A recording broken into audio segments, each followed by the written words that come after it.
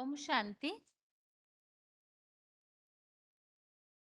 भगवत गीता श्लोक क्लास में आज के टेस्ट के लिए श्लोक नंबर है 16वें अध्याय का 24वां श्लोक, अध्याय 16 का श्लोक नंबर 24 और 13वें अध्याय का 17वां श्लोक, अध्याय 13 का श्लोक नंबर 17।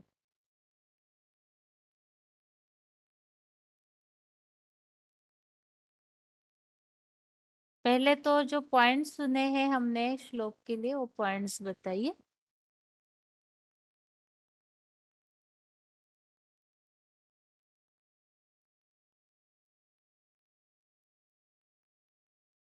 ओम शांति दीदी। हाँ जी। रोल नंबर है 26643। दीदी मैं श्लोक पढ़ती हूँ पहले 16 का 24वां। तस्मात् शास्त्रम प्रमाणम ते कार्य अकार्य व्यवस्थितो ज्ञानम ज्ञात्वा शस्त्र ज्ञानोक्तम कर्म कर्तु ही अर्हसि। इसमें तुम्हें कार्य में फैसला करने में सच्ची गीता के शास्त्रीय प्रमाण को जानकर यह सर्वशास्त्र शिरोमणि संविधान में कहा कर्म ही करने योग्य है। और पॉइंट में दीदी बाबू ने बोला वार्तालाप नंबर है 382 और बोला कि कदम कदम पर श्रीमत है वो बाबा की कर्म कदम कदम पर चलना चाहिए। इसके लिए बाबा ने बोला कि कोई भी कर्म करना हो, लौकिक संबंधियों के प्रति कर्म करें, जहाँ लौकिक कर्म करें तो बाप की श्रीमत पर करना चाहिए, बाप से पूछ लेना चाहिए। तो सेवा भी करें, पर बोला कि सेवा भी करनी है तो लेकिन साधनों पर ना करें। बच्चे समझते हैं कि हम सेवा करेंगे तो साधन पर करेंगे। अनिश्चय बुद्धि विनश्यति बाण बोला। तो कुछ बच्चे होते हैं सेवा ईश्वरीय सेवा में बाण बोला कि ईश्वरीय जो सेवा है वो साधनों पर बच्चे डिपेंड हो जाते हैं, लेकिन वो ये साधन है वो सदा काल नहीं रहेंगे। तो जितने बाबा ने मिसाल दी, मोबाइल की मिसाल दी ना बाबा ने, कि बच्चे समझते हैं कि मोबाइल से बाबा की डायरेक्शन मिलेगी तो हम सेवा करेंगे, नहीं मिलेगी तो हम क्या करें। सेवा बोला ये ईश्वरीय सेवा है, जब तक जीना है तब तक पीना है। और पंचुअल क्लासेस करनी चाहिए तुम बच्चों को। और जिन्हें सोचना कि बाबा की ही डायरेक्शन मिले तो हम काम करेंगे या सेवा करेंगे। और टीचर के आने से पहले क्लास में आना चाहिए और रोज मुरली सुननी चाहिए। पता नहीं कौन सा पॉइंट दिल को छू जाए और हमारी सतगति हो जाए। ओम शांति दीदी। ठीक है माता जी, आगे बताइए।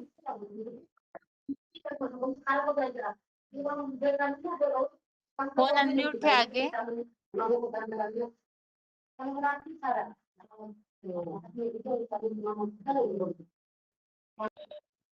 आगे ओम फोन शांति। अनम्यूट है। ओम शांति। बाबा ने पहले बाबा ने कहा कि कदम कदम पर श्रीमत पर चलना है। तो एक आत्मा ने करके दिखाया ना। क्यों करके दिखाया? क्योंकि ना। दृढ़ निश्चयी आत्मा थी। उन्होंने 100% पूरा कदम श्रीमत पर चल के दिखाया। तो दूसरा नहीं कर सकता है? कर सकता है, दूसरी आत्मा भी कर सकती है। तो बाबा कहते हैं ऐसे निश्चय बुद्धि, दृढ़ता पूर्वक निश्चय बुद्धि चलकर हमें लौकिक हो या पर अलौकिक हो, कोई भी परिजनों की सेवा करनी हो तो भी हमें श्रीमत पर कदम उठा कर ही बाप से पूछ कर ही सारा काम करना है। बाबा कहते जैसे तो अगर तुम निश्चय बुद्धि बने तो तुम्हारी विजय निश्चित है, और अनिश्चय बुद्धि बने तो तुम्हारी विनश्यते। तो यह दृढ़ता की बात है। तो बाबा कहते साधन तो मिलता है, लेकिन साधन बहुतों को अच्छे भी मिलते हैं, मुहैया मिलते हैं, तो उनके पूर्व जन्म के हिसाब है। और कोई कोई को साधन कम मिले हैं तो अपने अपने हिसाब है। लेकिन बाबा कहते यह साधन तो पूरे समय काम नहीं आने वाले हैं। ये साधन तो सदाकाल रहने वाले नहीं हैं। जैसे मोबाइल है, आज काम करेगा कल काम नहीं करेगा।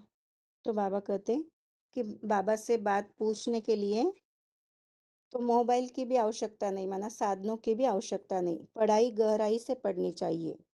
इसे नहीं किसी दीदी दादी या किसी के मत पर भी चले। तो बाबा कहते ऐसे तुम्हें नहीं करना है, पढ़ाई को गहराई से पढ़ना है और डायरेक्शन पर बाप के चलना है, पूरी श्रीमत पर चलना है। इसे कहते हैं कदम कदम श्रीमत पर चलना, माया की मत पर नहीं चलना है।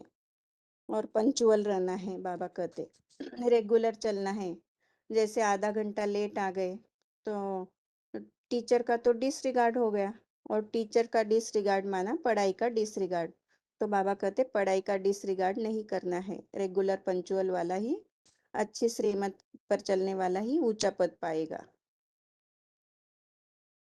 आज का श्लोक है, तस्मात्म शास्त्रम प्रमाणम ते कार्य व्यवस्थितो ज्ञात्वा शास्त्र विधानोक्तम कर्म कर्तुत इह अर्हसि। और 13 का 17 है, ज्योतिषाम अपि तत् ज्योति तमसा परमुच्यते ज्ञानम गेयम ज्ञान गम्यम हृदय सर्वस्व विशिष्टतम। ओम शांति। आगे बताइए माता जी। हेलो दीदी, ओम शांति। दीदी यही पॉइंट लिखा है वहीं पे, पढ़ो। बताइए। हाँ दीदी।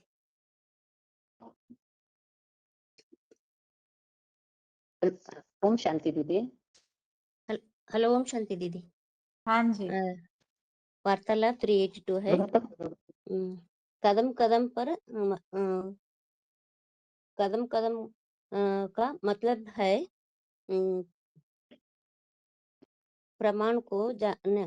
कदम कदम का मतलब है कि जो भी कर्म करने के लिए कदम आगे बढ़ाने चाहते तो लौकिक लौकिक दुनिया का कर्म हो, चाहे अलौकिक ईश्वरीय कर्म हो, चाहे परिवारजनों के सहयोग का देने का कर्म हो, उस कार्य को करने में पहले बाप से पूछे। जो भी साधन हमारे पास हो, जो ज्यादा ठीक है पुरुषार्थी होंगे, वो साधनों की भी परवाह नहीं करेंगे। उन्हें अंदर से ही महसूस होगा कि बाबा हमारे साथ है। हम बाबा के 100% श्रीमत पर चलने वाले हैं।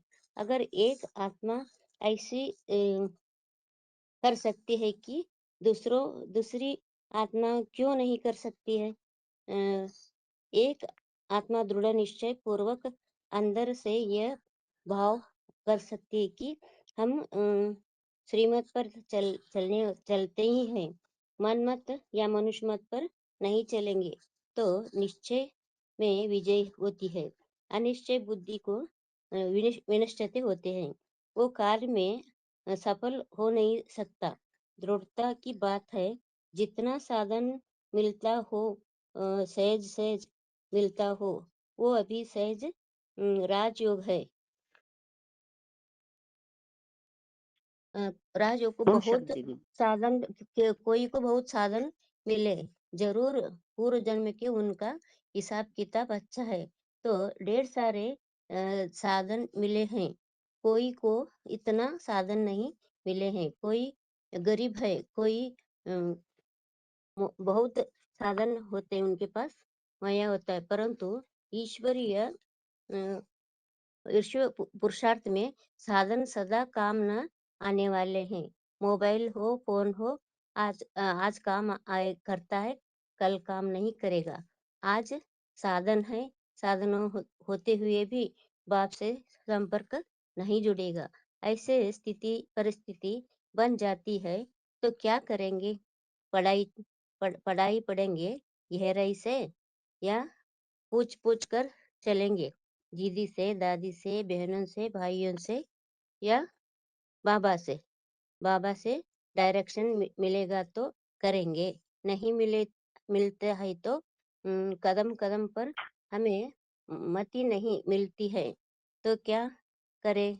किताब में बापों को संदेश भी देते हुए क्या श्रीमत है, क्या मनुष्य मत है, क्या मनमत है, कौन सी माया की मत है और कौन सी बाप की मत है। लेकिन लौकिक जीवन की पढ़ाई होती है, उसकी भी कोई लिमिट नहीं होती है।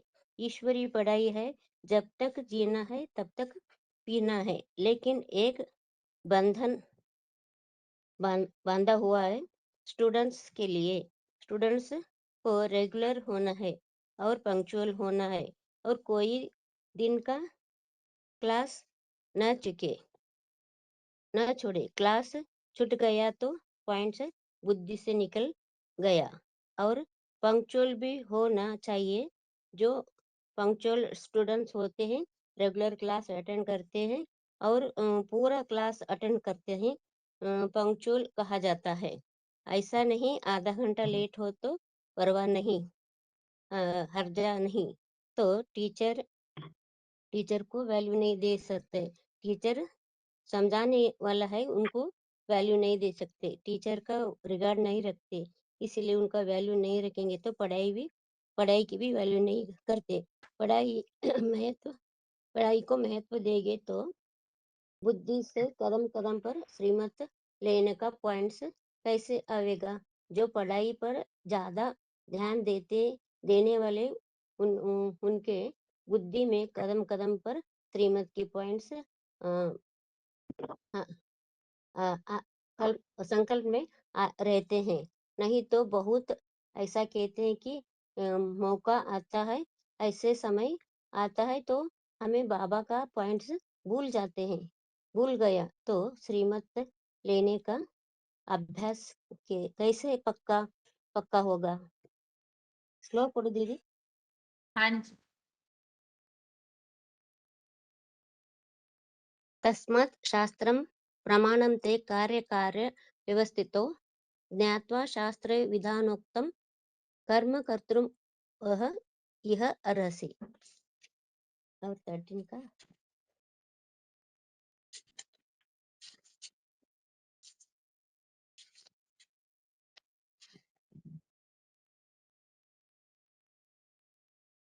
17 ज्योतिषाम् अपि तत् ज्योति तमसा परमुच्यते ज्ञानं ज्ञेयं ज्ञानगम्यं हृदि सर्वस्य विष्ठितम्। ओम शांति दीदी। हाँ बताइए आगे रोहतक से मतलब। हाँ जी दीदी। 16 के 24 में तस्मात् शास्त्रम प्रमाणम ते कार्य व्यवस्थितो ज्ञात्वा शास्त्र विधानोक्तम कर्म कृतम यह हर्षि। इसमें बताया है दीदी, जो भी कार्य करें बाप से पूछ कर करें। बाबा मुरली में कहते हैं ना, कदम कदम पर बाप की श्रीमत पर चलना चाहिए। अगर ये साइंस के जो साधन हैं ये कुछ काम नहीं आएंगे, आज है कल नहीं। बाबा कहते हैं ना कि साधनों के आधार पे साधना नहीं करनी है। जैसे मोबाइल ले गए, बैटरी खत्म हो गई तो वो कुछ काम नहीं आएगा। हमें तो बाप की याद में रह के करना है, तो हम सब कुछ याद रह सकेगा। बाप की याद में अगर हम कुछ भी कर्म करेंगे तो अच्छा ही होगा। कहते हैं ना, जब तक जीना है तब तक पीना है। ये पढ़ाई तो ऐसी है, हमेशा इसको करना है। हम बाबा कहते हैं हमें क्लास में रेगुलर और पंचुअल होना चाहिए। पता नहीं कौन सा पॉइंट बुद्धि में से निकल जाए। जैसे कि हमें टाइम पे आना चाहिए और क्लास खत्म होने के बाद ही जाना चाहिए। इससे हम श्रीमत पर अगर चलेंगे तो ज्ञान टपकने लगेगा। बाबा कहते हैं कि जब तुम्हारे अंदर पूरी ज्ञान की पावर आ जाएगी तो ज्ञान टपकने लगेगा, अपने आप ही तुम सुनाने लगोगे। और नहीं तो हम कहते हैं ना कि सुनाने के टाइम हम भूल जाते हैं, नहीं तो तुम ऐसे ही रहोगे। बाप ही सुखी बनाता है और किसी के ना ही वो प्रभाव में आता है। वह तो श्रेष्ठ है, ऊंचे से ऊंचा बाप है तो ऊंचा ही बनाएंगे। जो ये गुरु लोग होते हैं, इनका तो ज्ञान, जैसे कहते हैं ना बाप के, भक्ति तो अंधेर है और ज्ञान सूझ रहा है। ये तो डुबो देते हैं, असुर बनाते हैं और दुखी भी बनते हैं। इनके ज्ञान से तो कोई बुद्धि नहीं आती। जैसे दीदी ये मुरली पॉइंट में आई थी बात है कि जैसे दूध में पानी मिक्स कर देते हैं तो जल्दी खराब हो जाता है, तो मिक्सरिटी हो जाती है, ये कह सकते हैं क्या इसमें? हाँ जी।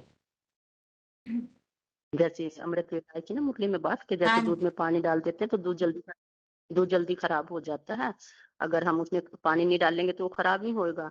तो इसलिए हम वो मिक्स हो जाता है, तो हमें किसी और दूसरे का ज्ञान मिक्स नहीं करना है। और बाबा कहते हैं ये सच्ची गीता है, जो सर्वशास्त्र शिरोमणि संविधान ही सच्चा कार्य है। और ये हमें क्लास में आते हैं तो मतलब अच्छी तरह भगवान का याद करना चाहिए। ऐसे नहीं कि भाई कुछ सुना और कुछ भूल गए।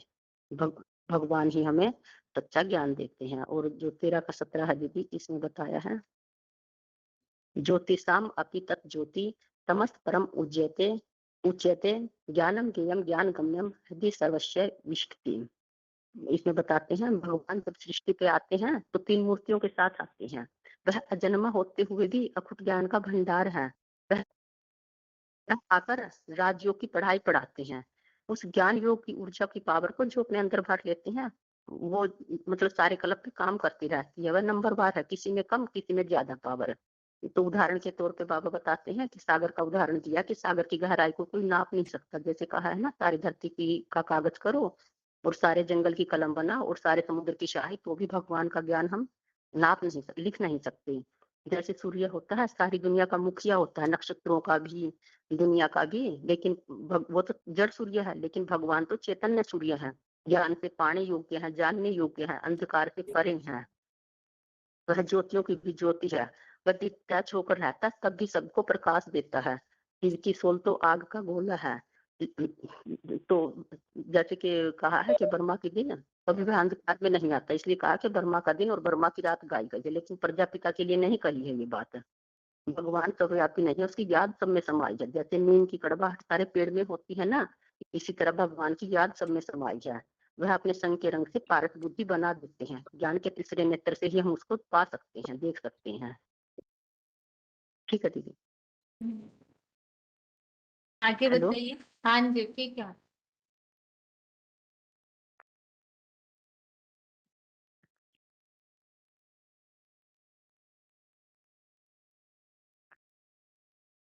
फोन अनम्यूट है। आगे 27,998।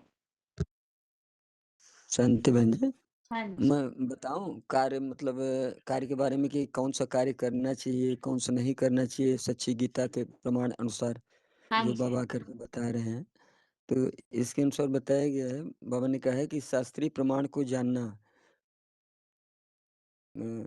धड़ी आकर भारत को धड़ी का बनाते हैं, उल्टा कर्म करेंगे तो ईश्वर धर्मराज द्वारा बहुत सजा देंगे। इसलिए डर रहता है। तुम बच्चे अभी कर्म विकर्म की गति को समझते हो, जानते हो।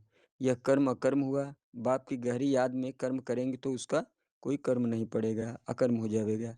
याद में रहकर जो कर्म करते हैं वो अच्छे होते हैं। रावण राज्य में तो मनुष्य बुरे कर्म कर्म ही करते रहते हैं, क्योंकि रावण के राज्य में है ना, जिसका राज होता है उससे प्रजा प्रभावित हो जाती है।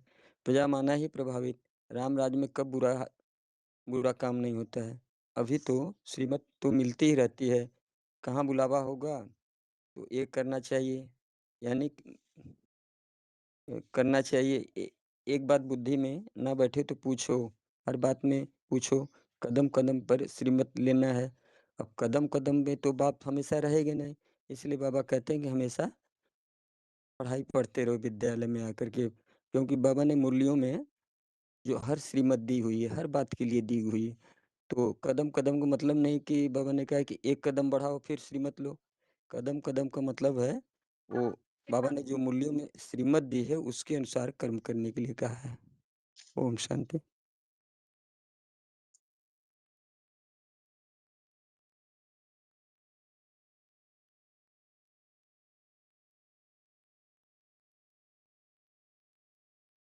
आगे बताइए।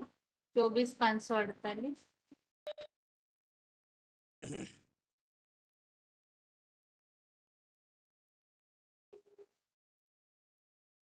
BCD 502 କାର୍ଯ୍ୟ करके फैसला करने सच्ची गीता के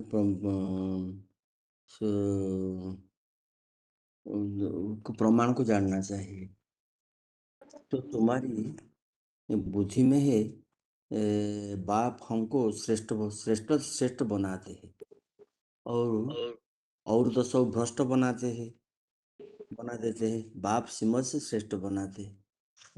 तो जो माना कदा अच्छा से लिख नहीं पाएंगे।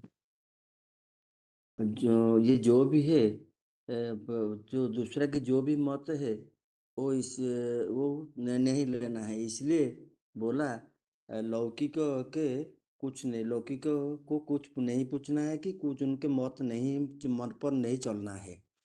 तो और उनके मत पर उनके मत पर चलेंगे तो किसी तो चलना नहीं है, तो किसी का मत नहीं लेना है। जो उचित उच्च है उसको मत लेना है।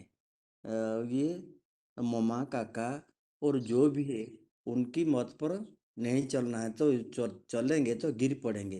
अब बोलना अब बाबा अब आपकी मत पर कदम कदम कदम पर चलना है। कोई भी कर्म करे तो पहले आप बाप का श्रीमत लेना है, और जो कामी क्रोधी जो भी है उनके प्रभाव में नहीं आना है। बाप तो कौन से किसी को मौत किसी को मौत नहीं लेते हैं, बाप से मौत लेना है। रावण तो सबको दुखी बना देते हैं, एक बाप है जो तुमको सुखी बनाते हैं। और श्लोक पढ़ूं दीदी। हाँ जी। तस्मात् शास्त्र प्रमाणते कार्य कार्य विवस्थितो ज्ञानता शास्त्र विधनता कर्म कर्तुम इह अर्हसि। और ज्योतिषा अपि तत् ज्योति तमसा परम उच्यते ज्ञान गम्यं हृदि परम प्रतिष्ठम्।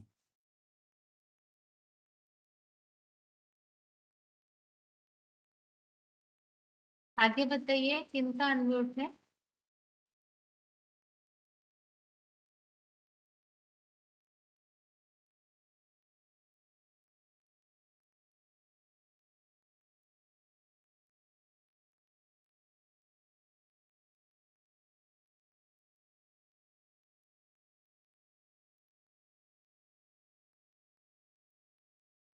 हेलो। हाँ जी, रोल नंबर बताइए अपना। 6021। सूर्य सारी दुनिया का पोषण करता है, 5 तत्वों का भी पोषण करता है। 5 तत्वों को आत्मा धारण करती है, सूर्य सबका पोषण करता होता है। तो जड़ सूर्य की बात नहीं है, ज्ञान सूर्य तो चैतन्य है। चैतन्य आत्मा में होता है। तो ज्ञान सूर्य हमें इस सृष्टि पर आकर उत्तर बुद्धि से पारस बुद्धि बनाता है। जैसे सूर्य ग्रह, नक्षत्र, वायु, अग्नि, आकाश में रहना है, तो सूर्य किसी के अटैचमेंट में नहीं आता है।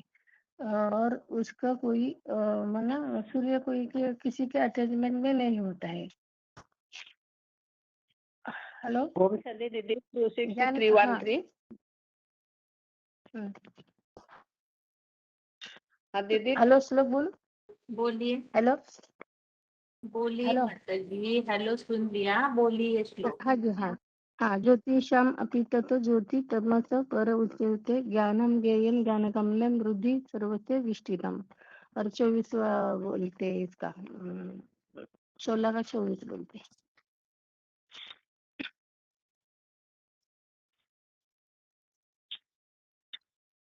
हेलो दीदी, ओम शांति। एक हाँ। मिनट, श्लोक पढ़ रहे। तस्मात् शास्त्रम प्रमाणम ते कार्य व्यवस्थितो ज्ञात्वा शास्त्र विधानो उक्तम कर्म कर्तुम इह अहम अर्हसि। ओम शांति। आगे रोल नंबर बताइए अपना, उनका अनम्यूट हुआ है फोन। हेलो। हाँ जी। Hello 2321 hello 2321426313। आगे बताइए और किनका अनम्यूट है। हेलो 2321 कर्म हेलो। एक मिनट, पॉइंट हो चुके हैं। प्रश्न पूछने के लिए फोन अनम्यूट किए जा रहे हैं। एक मिनट रुकिए। खत्म नहीं दे और किनका अनम्यूट है। 9431 माता जी। हेलो 24 है दीदी। ठीक है, 24 568 3431 3214। आगरा। हाँ जी माता जी, भुवनेश्वर के दोनों माताओं का नंबर सुन लिया है। ठीक है। हेलो। हाँ जी। हाँ ओम शांति। प्रश्न किया है माता जी यहाँ पे। अच्छा। कार्य का फैसला करने में इसका मतलब क्या है। कार्य का फैसला करने में इसका मतलब क्या है। जो श्लोक के भावार्थ में शब्द आया है। दीदी ओम शांति। 6313 शास्त्रीय प्रमाण जानना जरूरी है। सर्वशास्त्र शिरोमणि जो संविधान जो कर्म सिखाते हैं करने योग्य है, वो श्रीमत के आधार से चलना है और उस श्रीमत की आधार से चलने से सहज कर्म करने का विधि आ जाता है। दीदी मैं बोलूं दीदी? हाँ बोलिए। हाँ, बाबा इस पॉइंट में बताया है कि जो ऊंच से ऊंच बाप है उससे हमें ऊंच से ऊंच श्रीमत मिलती है। तो मनुष्य से तो मनुष्य मत तो नीचे गिराने वाली है। तो हमें बाबा की श्रीमत पर कदम कदम पर श्रीमत लेनी है और उनके ऊपर चलना है। तो जो भी कार्य करे वो श्रीमत लेकर ही करे। तो हमारी बुद्धि तो मोहमयी और ममतामयी है। तो कामी, क्रोधी, लोभी और अहंकारी होने से होने वाली है। इसीलिए बाप बाप हमें किसी से प्रभावित नहीं होना है। एक बाप की श्रीमत भी लेनी है।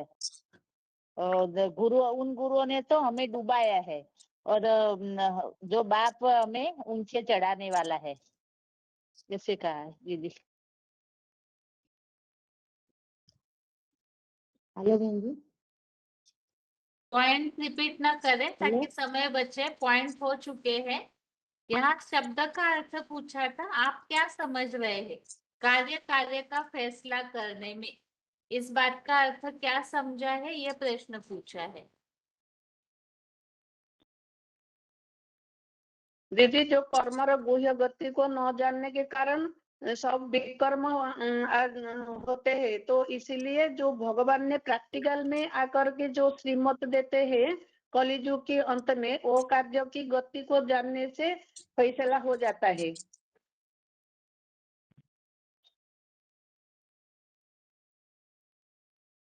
बताइए आगे। भुवनेश्वर की और माताओं का फोन अनम्यूट किया है। ओम शांति। ये कार्य व्यवस्थित मतलब करने योग्य जो कर्म है और विकर्म है वही फैसला मतलब करना, माने सच्ची गीता संविधान के अनुसार वो कार्य करना चाहिए। कौन सा कर्म करना चाहिए, कौन सा कर्म नहीं करना चाहिए, बापा को जो श्रीमत देते हैं वही श्रीमत के अनुसार करना चाहिए। करने योग्य कर्म और विकर्म जो होता है ना, उस वही इसका मीनिंग है कार्य व्यवस्थित। ओम शांति। हेलो बहन जी। मूल्यों के बाबा का अनुसार श्रीमत को बताइए कि श्रीमत पर चलने से क्या फायदा होता है? श्रीमत से सद्गति श्रीमत मिलता पर है, मनुष्य मत से दुर्गति मिलता है दीदी अगर मुरली के श्रीमत अनुसार। पर अगर कदम कदम से चलने से यानी कि कभी भी अपना मन असंतुष्ट नहीं होगा, मन में किसी प्रकार की हलचल नहीं होगी। हेलो बहन जी। और श्रीमत पर चलने से नेचुरल खुशी रहेगी और मन मत पर चलने से हलचल होगी। हेलो और बहन जी। बताइए भुवनेश्वर के दीदी मतलब। हाँ दीदी, बाबा आकर कर्म अकर्म विकर्म गति समझाते हैं। बाबा की गहरी याद में रह के कर्म करेंगे, कर्म मतलब अकर्म हो जाएगा, विकर्म नहीं होगा। तो मेन बात है बाबा की याद में कर्म करना है। तो हमको पता चल जाएगा कौन सा कर्म करना चाहिए, कौन सा कर्म नहीं करना चाहिए। इसमें नेचुरल खुशी आएगी। तो वही मतलब श्रीमत के जो भी बात बाबा बोलते हैं उसको जो भी मनुष्य मत मन मत मिलती है उसको बाबा के मत से टाली करना है। श्रीमत क्या कहती है, बाबा क्या मूल्य में बोलते हैं उसको टाली करेंगे, बाबा की याद में लेकर कर्म करेंगे। वही बताया कि कार्य फैसला करने में। तो हमको सही रास्ता सही दीदी मार्ग मिल जाएगा। हेलो। हाँ जी। मैं बताऊं? हाँ दीदी, तो बाबा ने कहा कि जो ये राजयोग भगवान के साथ योग करते हैं तो उसमें अष्ट शक्तियों की हमें प्राप्ति होती है। तो इससे ही हमें अंदर अंदर बुद्धि से पता चलता है। तो वो परख शक्ति, निर्णय शक्ति, सब शक्तियां से हमें के कौन सा कर्म करना चाहिए, कौन सा नहीं करना चाहिए, उसकी हमें उसका हमें वो बुद्धि में रहता है। ओम शांति जी। आगे बताइए। हेलो। हेलो बहन, हाँ मैं जी। बोल क्या? हाँ, बाबा ने बोला है श्रीमत पर कदम कदम श्रीमत पर चलना जरूरी है। अब वापस में भी बहुत मीठा रहना है, नहीं तो बाप दादा का नाम बदनाम करेंगे। हेलो। हाँ दीदी जी। मैं बताऊं? हाँ दीदी, ऐसे ही बाबा ने बोले मेरे श्रीमत पर चलेंगे तो स्वर्ग का मालिक बनेंगे। ये बोले आधा कल्प श्रीमत पर चलेंगे तो आधा कल्प सुख में रहेंगे। ऐसे ही बाबा ने बोले हेलो श्रीमत के लिए बोले। बाबा ने बोले मेरी मत जो पर कर्म की चलना। बोलिए बोलिए माता जी। हाँ दीदी, जो कर्म की गुह्य गति को जानते हैं वही जो भगवान जी का जो प्रैक्टिकल में जो राज विद्या राजगुह्यम पवित्रम ईदौतम प्रत्यक्ष भगं धर्मं सुखम कर्तुम अव्ययम, वो जो रहस्य को जान जाते हैं राजाई का रहस्य को, वही राजाई जो पढ़ाते हैं बाप आकर जो प्रैक्टिकल में बहन गति को जान जाते हैं, उससे वो कर्म का फैसला पा जाते हैं दीदी। कर्म गति को जान जाते हैं। हेलो हाँ, हेलो बहन जी। बोलिए माता जी, हाँ बोलिए, आगे अरे बढ़िए माता जी। अगर हम कोई भी जो भी कोई कार्य करें तो हमें पहले बाप से राय लेनी चाहिए। आत्मा और दूसरी आत्मा कर सकती है तो क्या हम नहीं कर सकते हैं? हम कोई भी साधन अच्छे नहीं है, कोई उनको नहीं मिले हैं। ये साधन तो काम के कोई है ही नहीं। किसी की दूसरे की मत पर नहीं चलना है और एक बाप की मत पर चलना है। अगर हम बाप की मत पर चलेंगे तो हम काम कर सकेंगे। और रेगुलर क्लास करना, रोज पंचुअल, तो कोई भी दिन अगर हम मिस कर देंगे तो उसका पॉइंट छूट जाएगा तो हमें बोल बात मालूम ही नहीं पड़ेगी। तो ऐसे बाप की इतनी मत हर समय मत पर चलना है और कोई अकर्म कर्म कर्म नहीं बन जाए। तो ऐसे राम राज में कभी भी विकर्म होते ही नहीं है, क्योंकि तुम्हारी बुद्धि में ही है कि बाप तो लेकिन कोई भी कार्य कुछ किसी और से इस और की बातों में नहीं आना है। उन और एक बाप की मत पर चलना है। अनेकों की मत पर चलेंगे तो फिर नीचे ही गिरते जाएंगे। तो ओम दीदी शांति। दीदी बाबा ने इससे बोले हैं वो दादी दीदी को दादी दीदी का मौत को शुभ राय कहा जाता है, लेकिन श्रीमत तो एक बाप की है, उनके मत पर चलना चाहिए। कोई दूसरे दादी बोले दीदी बोले उनका मत पर नहीं चलना चाहिए। ओम शांति। हाँ जी। हर देखिए जो हर भी मनुष्य कोई अगर भद्र के माता बताइए। जी बोलिए आप। हाँ हर मनुष्य क्या चाहता है? सुख और शांति। तो ये सुख और शांति आधारित है कर्मों पर। कर्मों माना कैसा कर्म? माना हमारा तो कर्म इंद्रिय है, ज्ञान इंद्रिय है ना। तो वो जो कर्म कैसे हम करें, जिसे हम क्या करेंगे ना सुख और शांति मिलते हैं। तो कर्म करने के लिए पहले बुद्धि में ज्ञान रहना चाहिए। तो ज्ञान माना श्रीमत, दो श्रीमत माना श्रेष्ठ से श्रेष्ठ मत। जिस मत पर हम अगर हमारा सोच, हमारा व्यवहार, हमारा भावना, उसको पहले हम भावना में वो ज्ञान को स्थापन करेंगे और फिर कर्मेंद्रियों से कर्म करेंगे। जैसे कि हमारा एक संविधान है, संविधान माना जिससे एक न्यायपालिका होता है, उसमें लिखा हुआ है कि हमारा जो आईन है, कानून है, वो कैसा होना चाहिए। वैसे ही ये मानव जीवन का जो संविधान है वो है श्रीमत। वो श्रीमत अनुसार हम अगर कर्म करेंगे तो हमें सुख मिलेगा, शांति मिलेगा और विष्णु लोक की जो परम गति है, श्रेष्ठ गति, गति माना मन बुद्धि का जो एक स्टेज है जहाँ एक सुख शांति का भाव रहेगा और कर्मेंद्रिय भी वैसे ही होगा। तो हमारा जो पाप और पुण्य नहीं बनेगा, उस आधार से अगर पाप नहीं बनेगा, सिर्फ पुण्य ही पुण्य बनेगा, तो हमें सुख मिलेगा। इसीलिए जो कर्म की गति समझाने वाला एक ही भगवान है। वो जब आते हैं साकार तन में प्रवेश करते हैं तो वो कर्मों की गति, जैसे कर्म और विकर्म, कर्म अकर्म और विकर्म को जानना चाहिए। गीता में आया है ना, कर्मण्योपि बोधव्यम बोधव्यम च विकर्म अकर्मण च बोधव्यम गहना कर्मण गति। ये जो कर्म की गति है ना वो बहुत ही गहन है, क्योंकि बहुत बड़े बड़े बड़े विद्वान भी चकरा जाते हैं, उनको नहीं आता ये कर्म क्या है, अकर्म क्या है, विकर्म क्या है। ये तो शब्द है, सारे लिखे हैं, परंतु किसी को पूछो ये अकर्म कर्म क्या है, सभी बोलते हैं हम कर्म करते हैं। तो भगवान बोलते हैं गधा भी कर्म करता है, उसको कर्म नहीं कर कहते। कहेंगे जैसे एक श्लोक है ना, कर्म कर्मण्येव अधिकारस्ते मां फलेषु कदाचन। तुम्हारा कर्म पर अधिकार है, फल फल पर अधिकार नहीं है। सब करते हैं, हम तो कर्म करते हैं। तो वो जो कर्म है कैसा कर्म करना चाहिए, जो भगवान है भगवान यहाँ आकर समझा रहे हैं कि भगवान के याद में हमें कर्म करना चाहिए और उस कर्मों के फल को त्यागना चाहिए, अनासक्त होकर हमें कर्म करना चाहिए। तो ये जो बातें हैं, जब भगवान आते हैं वही समझाते हैं और कैसे भगवान के गहरी याद में रहकर क्या करना चाहिए हमें वो बताते हैं। जैसे कि एक 8 अध्याय के 3 में भी ये सारे अर्जुन पूछ रहे हैं कि कर्म क्या है, अध्यात्म क्या है? उसमें भी तो बोल रहे हैं यज्ञ सेवा कर्म, वो तो बोले सबसे श्रेष्ठ कर्म है। तो वो यज्ञ कब शुरू होता है? भगवान क्या यज्ञ कराते हैं? जैसे कि ज्ञान यज्ञ सबसे श्रेष्ठ यज्ञ है। तो ज्ञान यज्ञ क्या है और कैसे भगवान को हम याद करें, कैसे हम पहचानें उसे? और जो वो बता रहे हैं कि भगवान के याद में जब हम रहकर कर्म करेंगे तो हमारा जो सारे कर्म जो है ना वो अकर्म बन जाते हैं, पाप पुण्य नहीं बनते।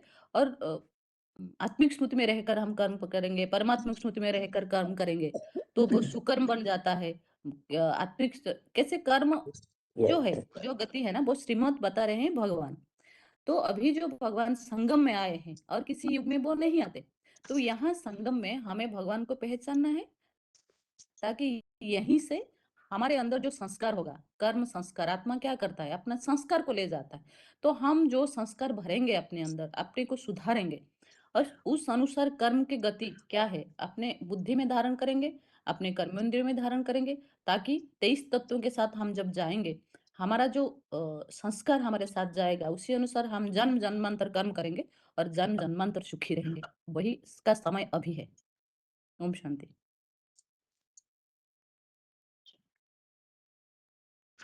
दीदी मैं बताऊं दीदी?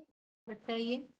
दीदी हाँ दीदी, जो 11वां का 38वां 38 श्लोक में भी बताया है कि जो आदि देव है वो पुरातन थे, पुराना है और विश्व तो उसको त्रिकालदर्शी, वो त्रिकालदर्शी है और अखूट ज्ञान का भंडारी है।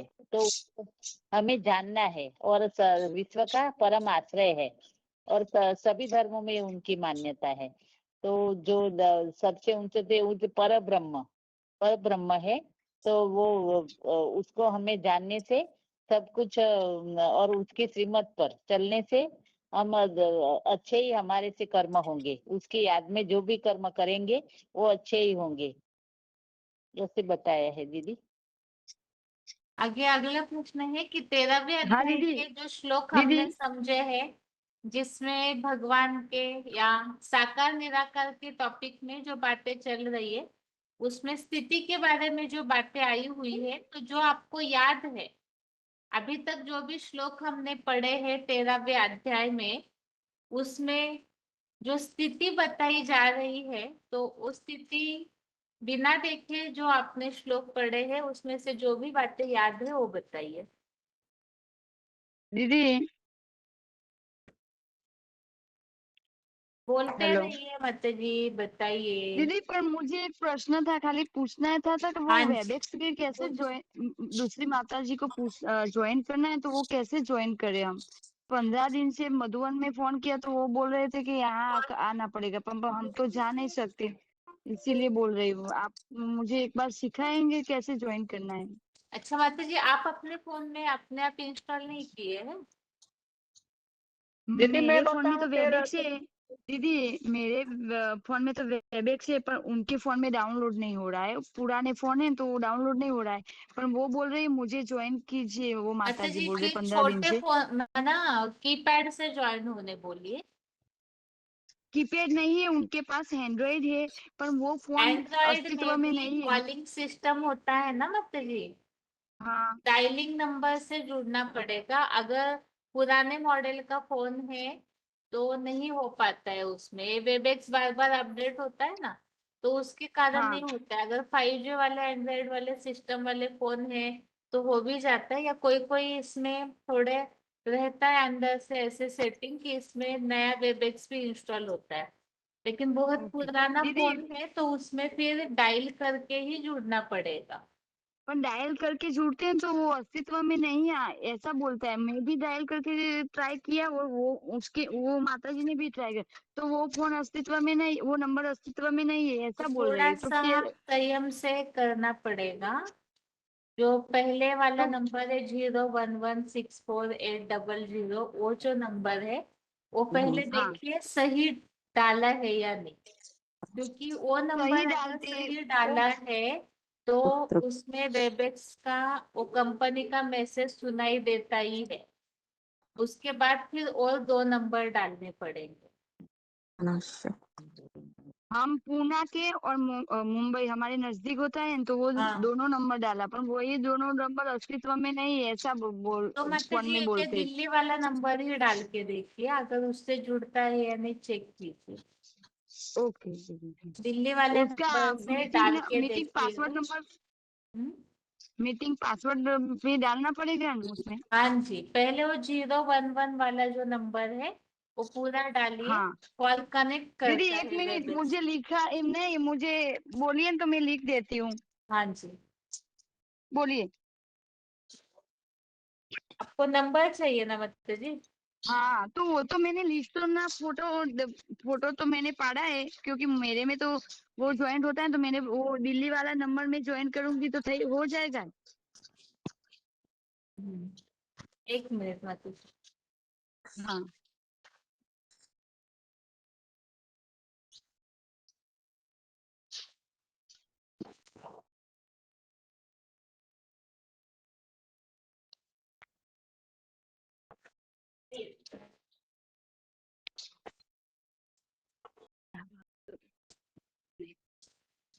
Okay.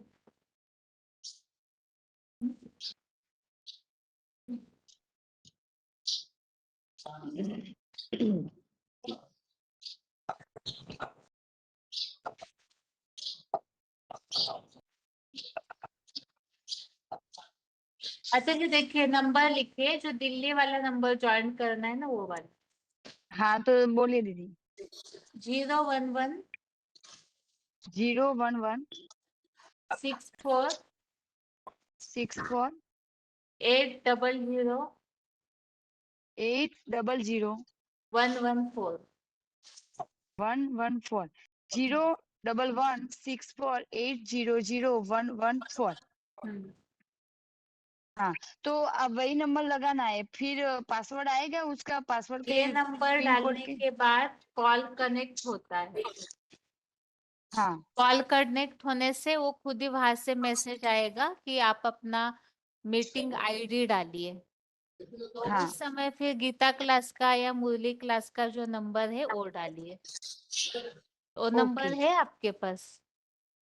नहीं है वो, पर वो आपने फोटो, आपने वो उस दिन फोटो रखा था ना उस दिन, तो वो मैंने फोटो तो फोटो तो पढ़ा है जो तो। मेन नंबर है वो है कॉल कनेक्ट करने के लिए। अभी उसके आगे मीटिंग आईडी लिख लीजिए आप, मतलब गीता क्लास हाँ का। हाँ 25 25 155 25155 633 633 762। 762। ओके 25155 633 762। और पासवर्ड है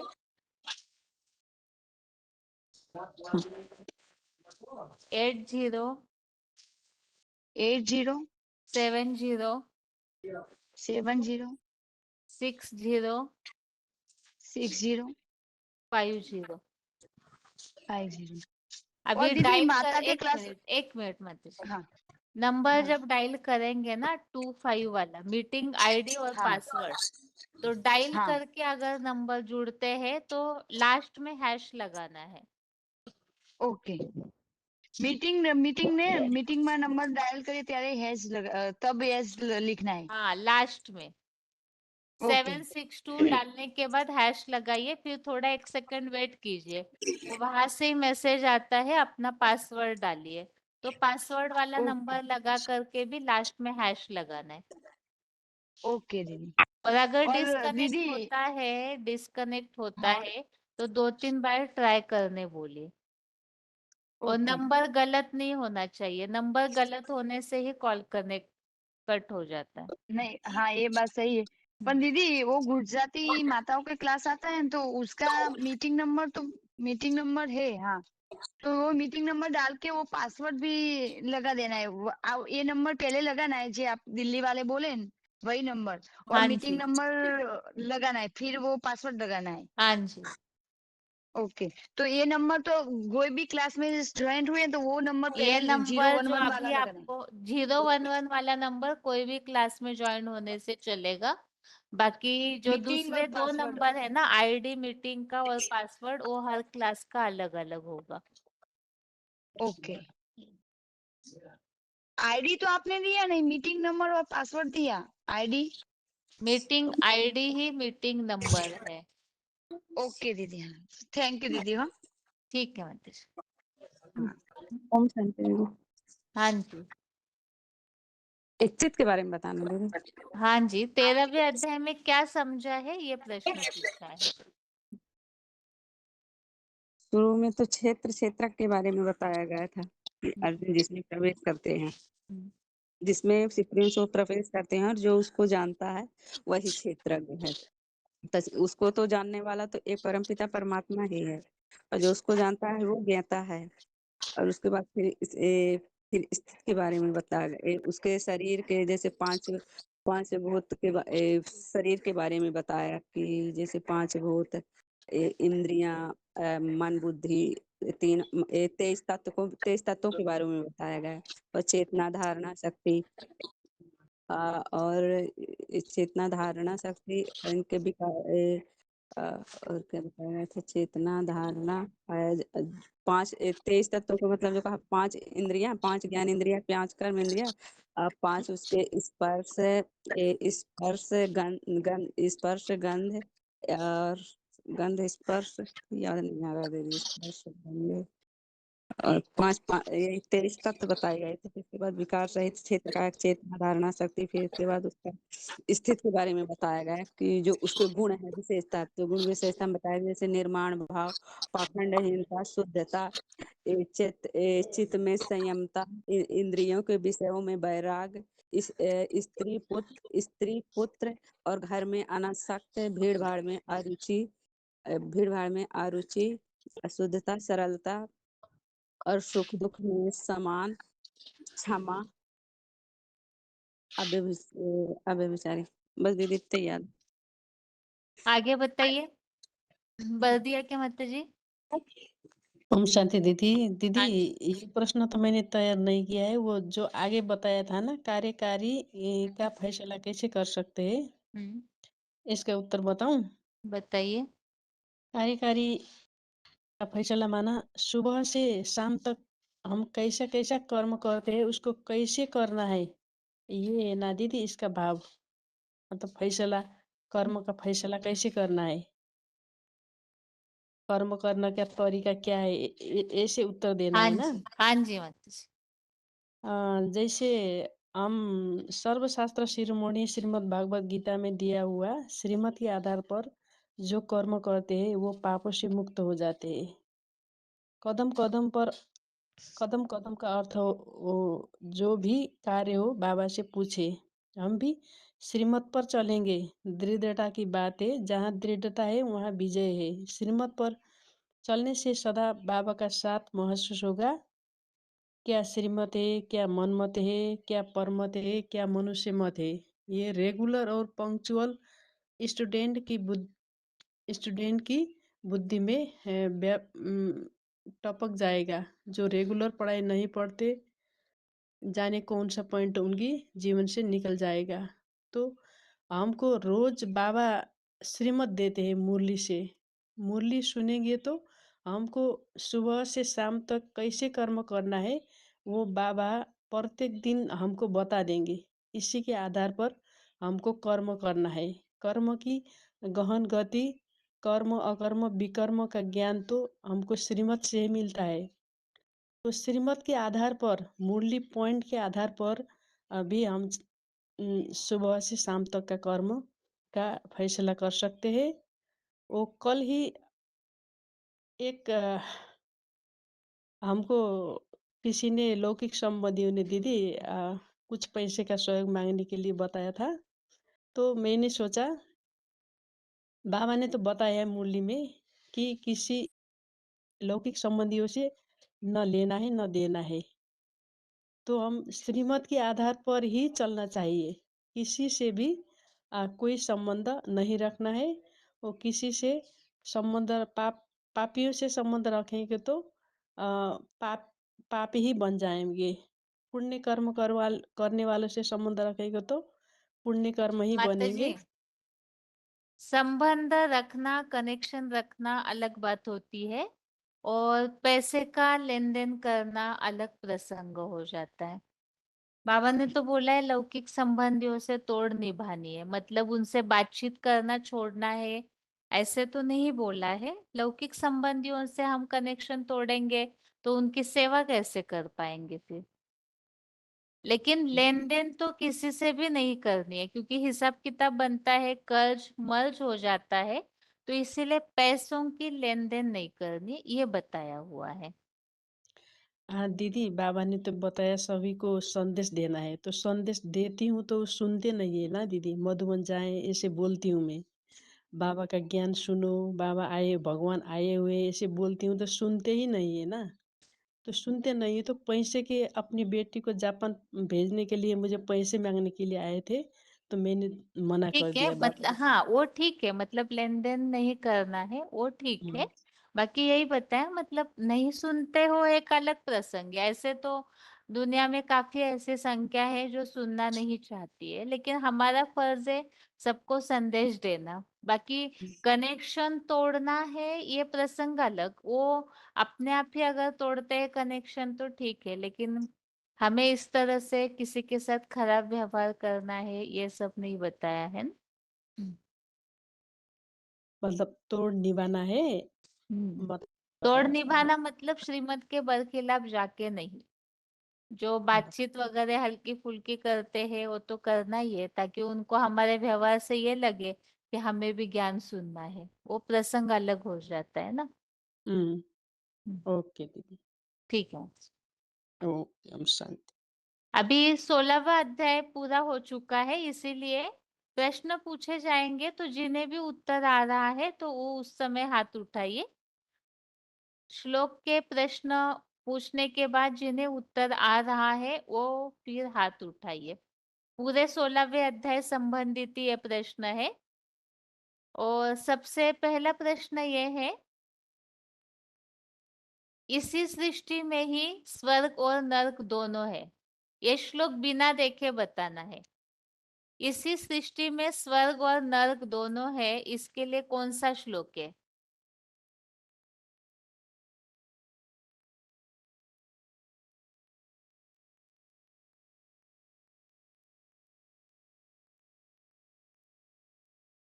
बिना देखे बताएंगे श्लोक तो ज्यादा बेहतर है।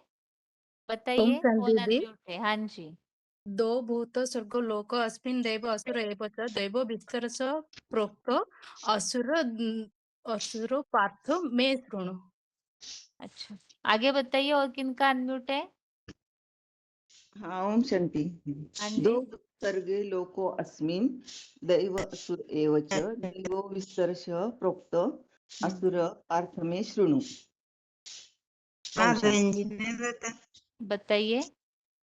दो भूते सर्वे लोके अस्मिन् देवम् आसुर च एव च देवौ विस्तरस्य प्रोक्तम् आसुरं पार्थ शृणु।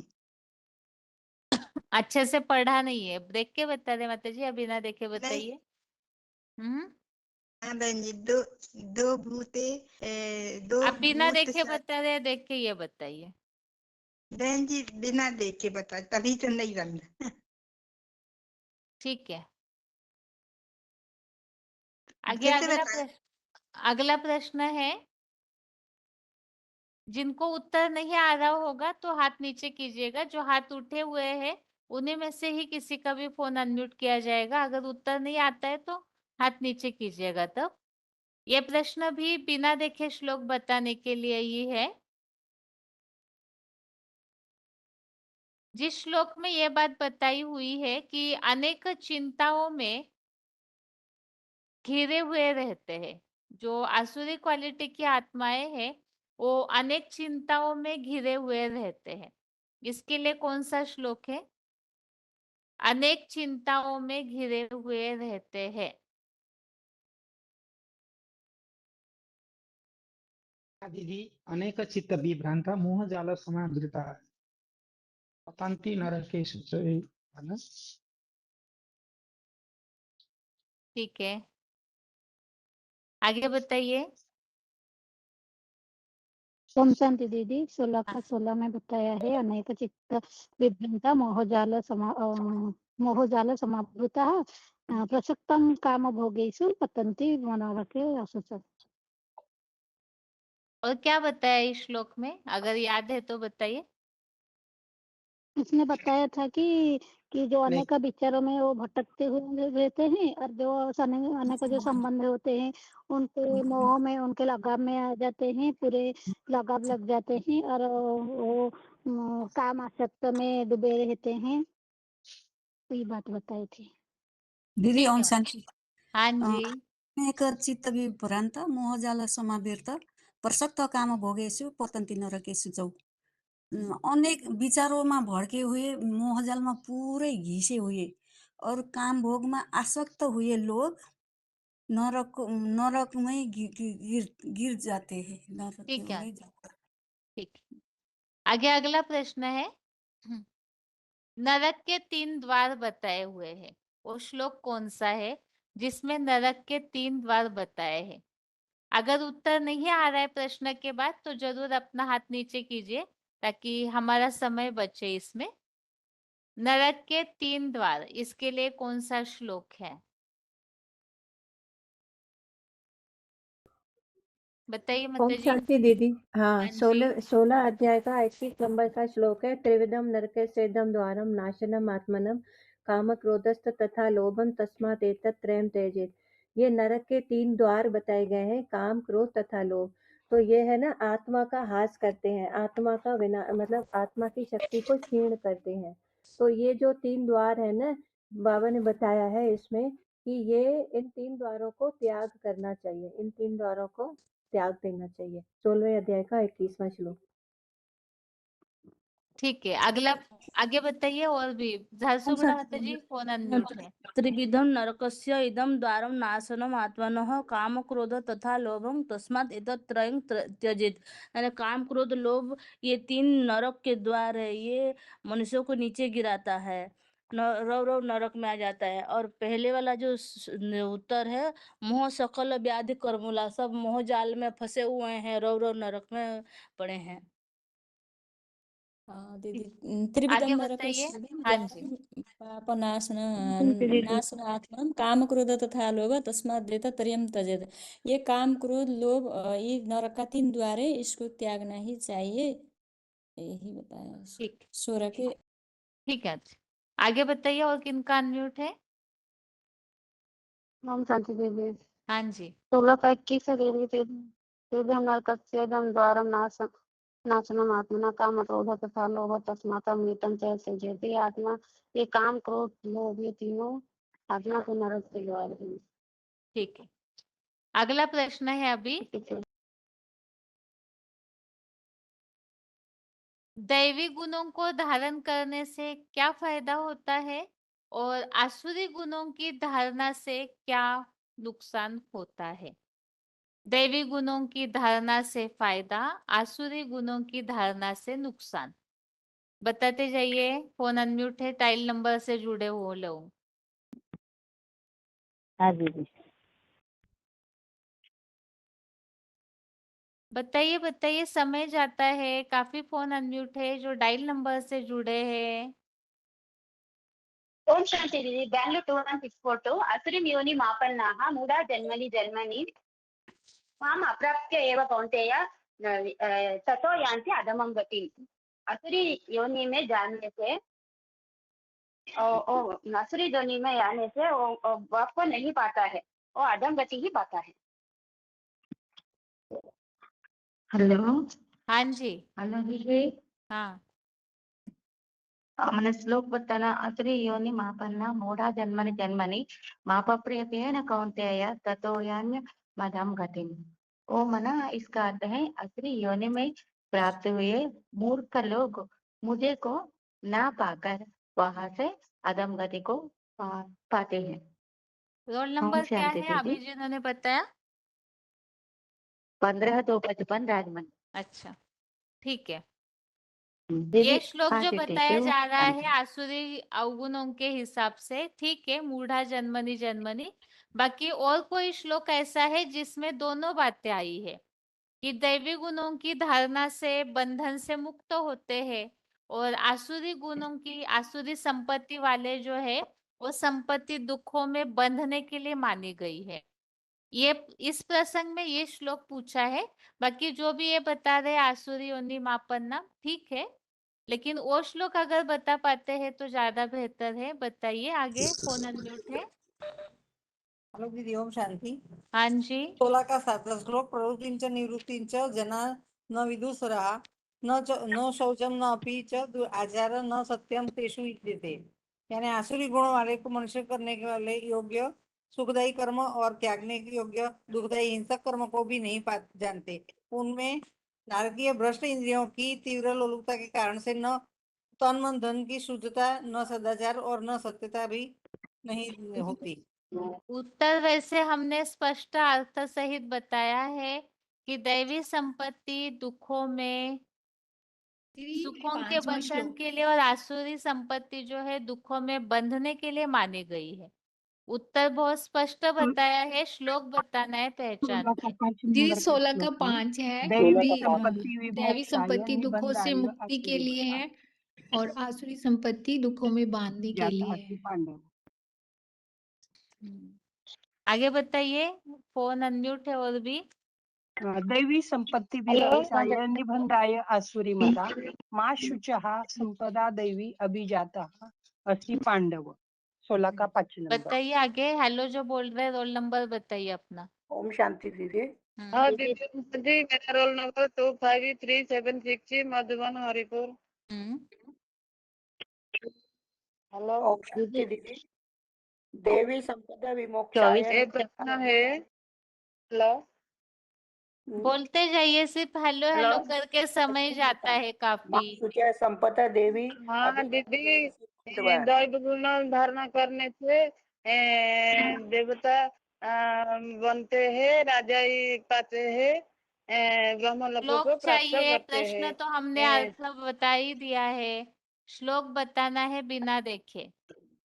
दैवी संपत्ति दीदी जो है वो याद नहीं दीदी। दुखों से मुक्ति के लिए याद है और नहीं। राक्षसी संपत्ति आसुरी अवगुणों से दुखों के बंधन में बंध जाते हैं। बताइए आगे, याद नहीं। 24,184 14487। दैवी संपत्ति। ओम शांति दीदी। दैवी संपत्ति विमोक्षाय निबंध यासरी मत मासुचा संपदम देवी अभिजातोऽसि पांडव।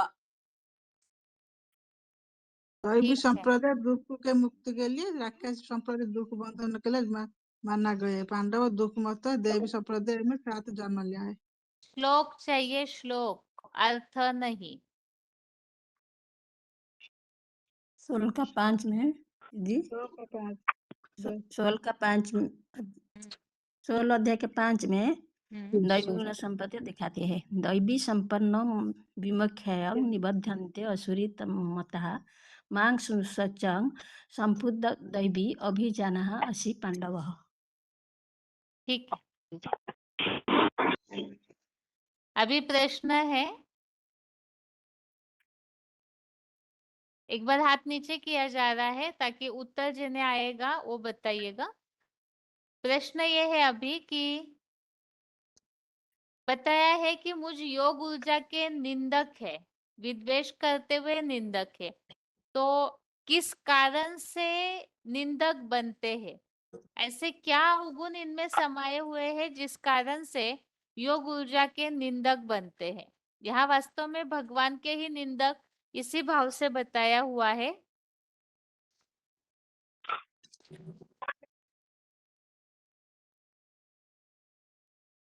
निंदक किस कारण से बनते हैं, क्या बताया है?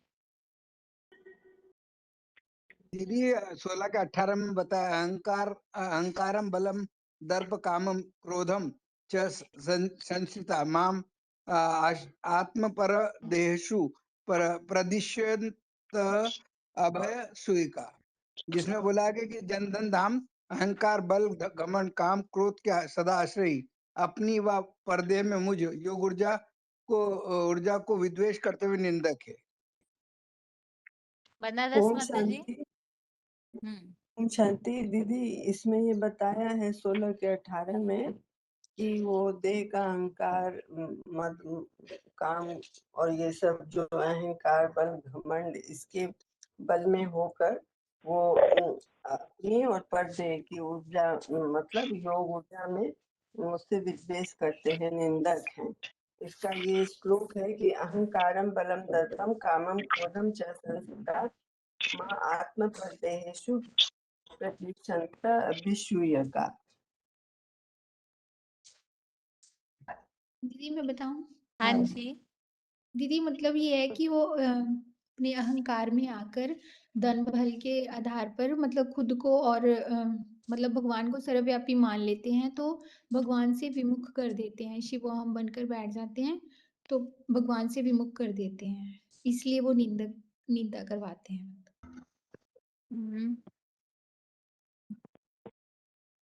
ठीक है, वैसे श्लोक में तो यहाँ ये बात आई ना कि अहंकार बल घमंड। हाँ जी दीदी, मतलब अहंकार के कारण वो खुद को समझते हैं ना कि मैं ही ज्ञानी हूँ, जो भी है हाँ पैसे के जी। आधार पर उस तरह से मतलब भगवान से को सर्वव्यापी बता देते हैं, दूसरों को समझ लेते हैं, तो भगवान से दूर कर देते हैं ना। ठीक है मतलब आगे अगला प्रश्न है। अभी श्लोक में बात आई है रो रो नरक में गिरते हैं, तो रो रो नरक में गिरने का कारण क्या बताया है? रो रो नरक में गिरते हैं, तो ऐसे नरक में गिरने का कारण श्लोक में क्या बताया है?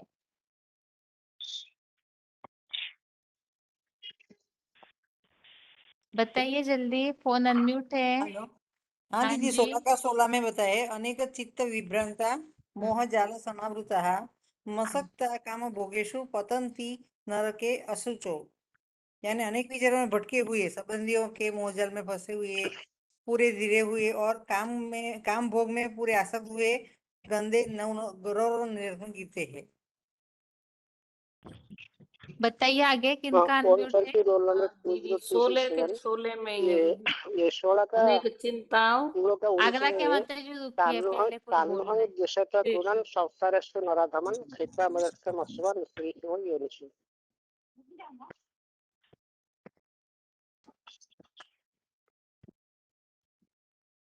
और क्या निश्चित हो गया था।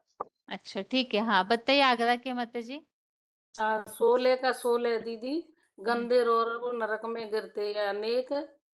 मैं तो दीदी देख के ही बताऊंगी। बताइए अनेक चित्त अनेक चित्त विभ्रंता मोह जाल समावृता प्रभक्ता काम भोगेशु पतंती अनेक असुचो। अच्छे से पढ़ते नहीं है। पतंती नरके शुचो ऐसे है। पतंती नरके अशुचो।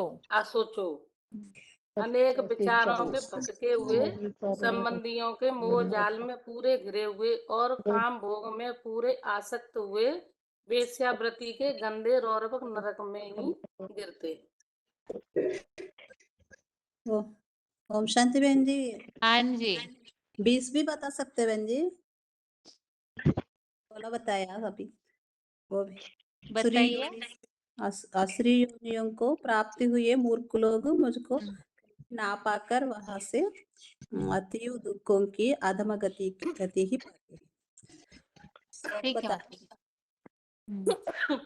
हैं। योनि मापन्ना मोड़ा जन्मनि जन्मनि माम प्राप्यैव कौन्तेय ततो यान्त्य दमां गति।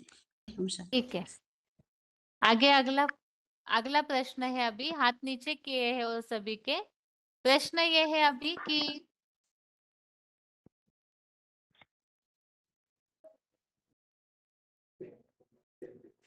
विनाश के लिए निमित्त बनने वालों का खास कारण क्या बताया हुआ है?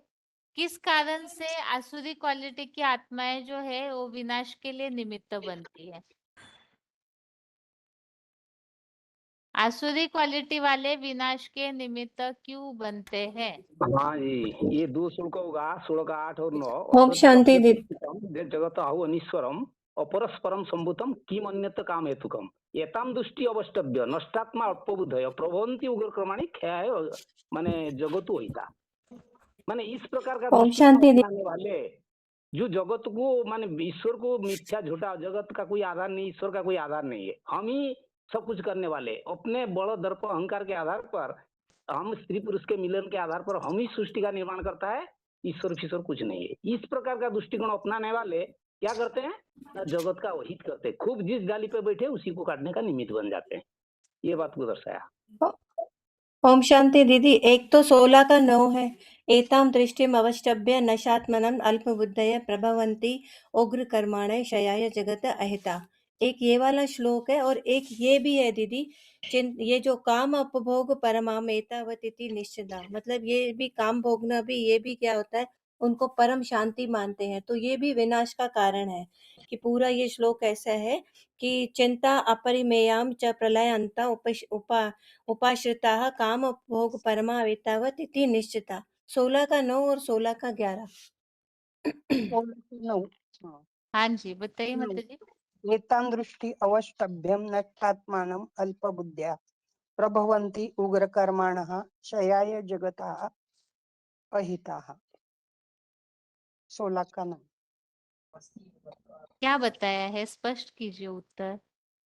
जो क्रूर कर्मी लोग हैं, नास्तिक, वो विनाश के लिए ही एटॉमिक एनर्जी को तैयार करके महाविनाश काल में वह अल्पबुद्धि लोग जिस डाली पर बैठे हैं उसी दुनिया का विनाश करने के लिए निमित्त बन जाते हैं।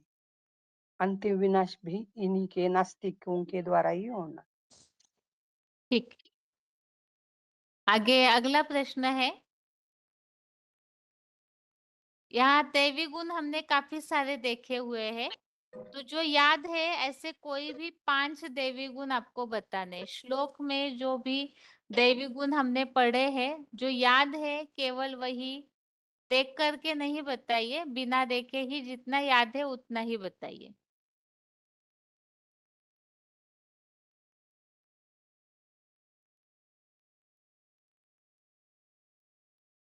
हेलो।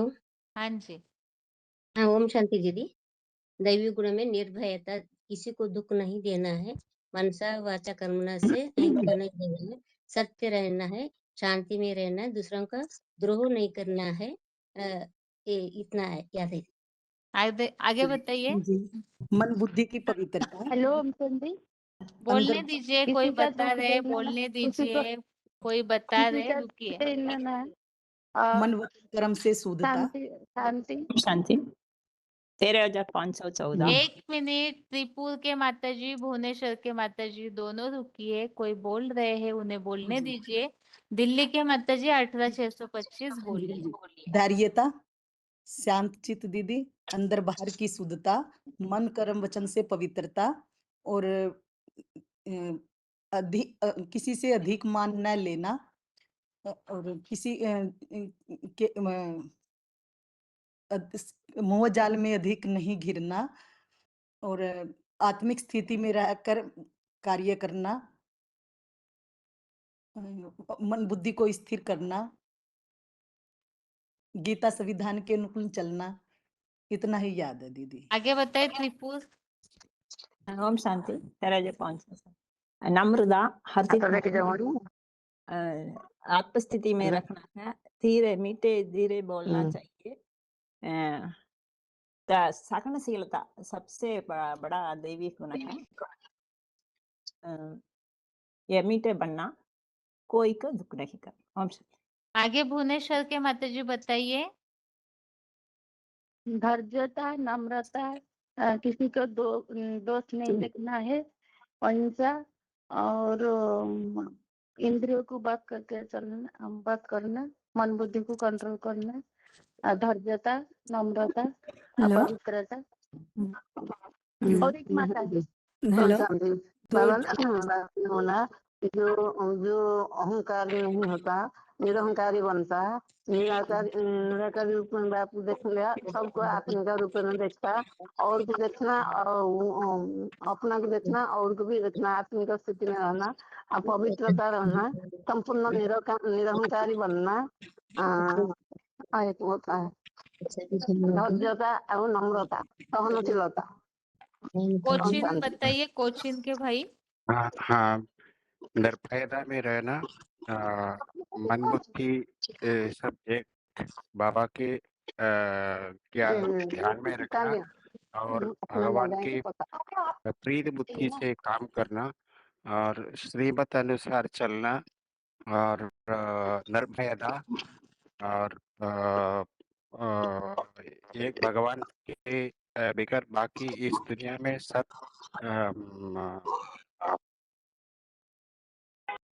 पतनशील है और एक भगवान ही आप पर उठाते हैं हमें, और आत्मिक ज्ञान में दृष्टि रखना और दूसरों जो दुष्कर्म वाले हैं उनसे दूर रहना और सहयोग, भगवान के एक सहयोग में रहना, ये सब चीजें। आगे बताइए। ओम शांति दीदी। ओम शांति दीदी। 16 हाँ दीदी। निर्भयता, चित्त की शुद्धि, बाणी में मीठापन होना, चल कर ना होना, किसी के दोष ना देखना, किसी से मतलब मान मर्तबा जो है, मान मर्तबे का मतलब वो नहीं करना, अपने को मतलब कि कोई हमको मान दे, मतलब ये वो नहीं होना, सब समान रहना, और मतलब संपूर्ण जो इंद्रियां हैं, इंद्रियों का दमन करना, चीज का तप करना, ये है दैवी गुण हमारे। आगे बताइए। दीदी बोलूं? हाँ जी। हाँ दीदी, बाबा वो दीदी, मन वचन और कर्म से पवित्र रहना, हमारा जो मन है शुद्ध संकल्प और कर्म भी शुद्ध हमारे, और वचन भी मीठे बोलना है देवी गुण वालों के लिए। मन में धैर्यता, सुख, मन में धैर्यता, अंतर्मुखता और निर्भयता, और ये सहनशीलता, हर्षित मुक्ता, अंतर्मुक्ता, ये सारे देवी गुण के ही लक्षण है दीदी। आगे बताइए।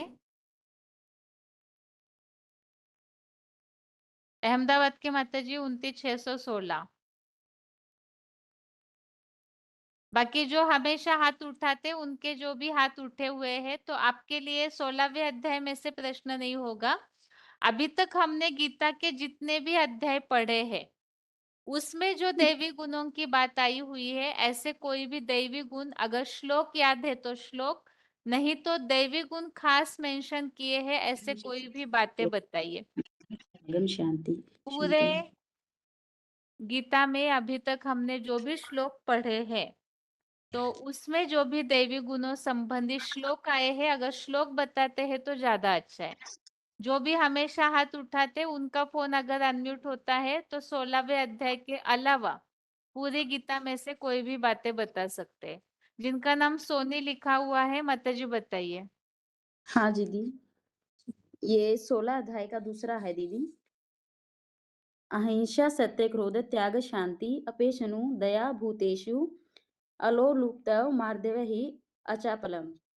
मन वचन कर्म से दुख न देना, ऐसी अहिंसा, सत्य, क्रोधहीनता, त्याग, शांति, दूसरों के द्वेष न देखना, सभी शूद्र प्राणियों पर भी दया का भाव, तन मन की चंचलता न होना, लज्जा, अपनी वाणी में मीठापन और लोभहीनता। रोल नंबर बताइए अपना। 2 3 5 6 8। आगे बताइए, अगला फोन अनम्यूट है।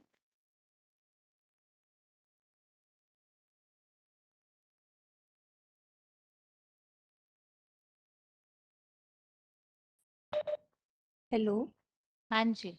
हाँ जी दीदी, ये 14 अध्याय का श्लोक है, छठा। तत्र सत्वम निर्मलत्वात् प्रकाशम अनाम्यम सुख संगेन बदनाति ज्ञान संगेन च अनग। और 9 14 का 9 नंबर श्लोक है।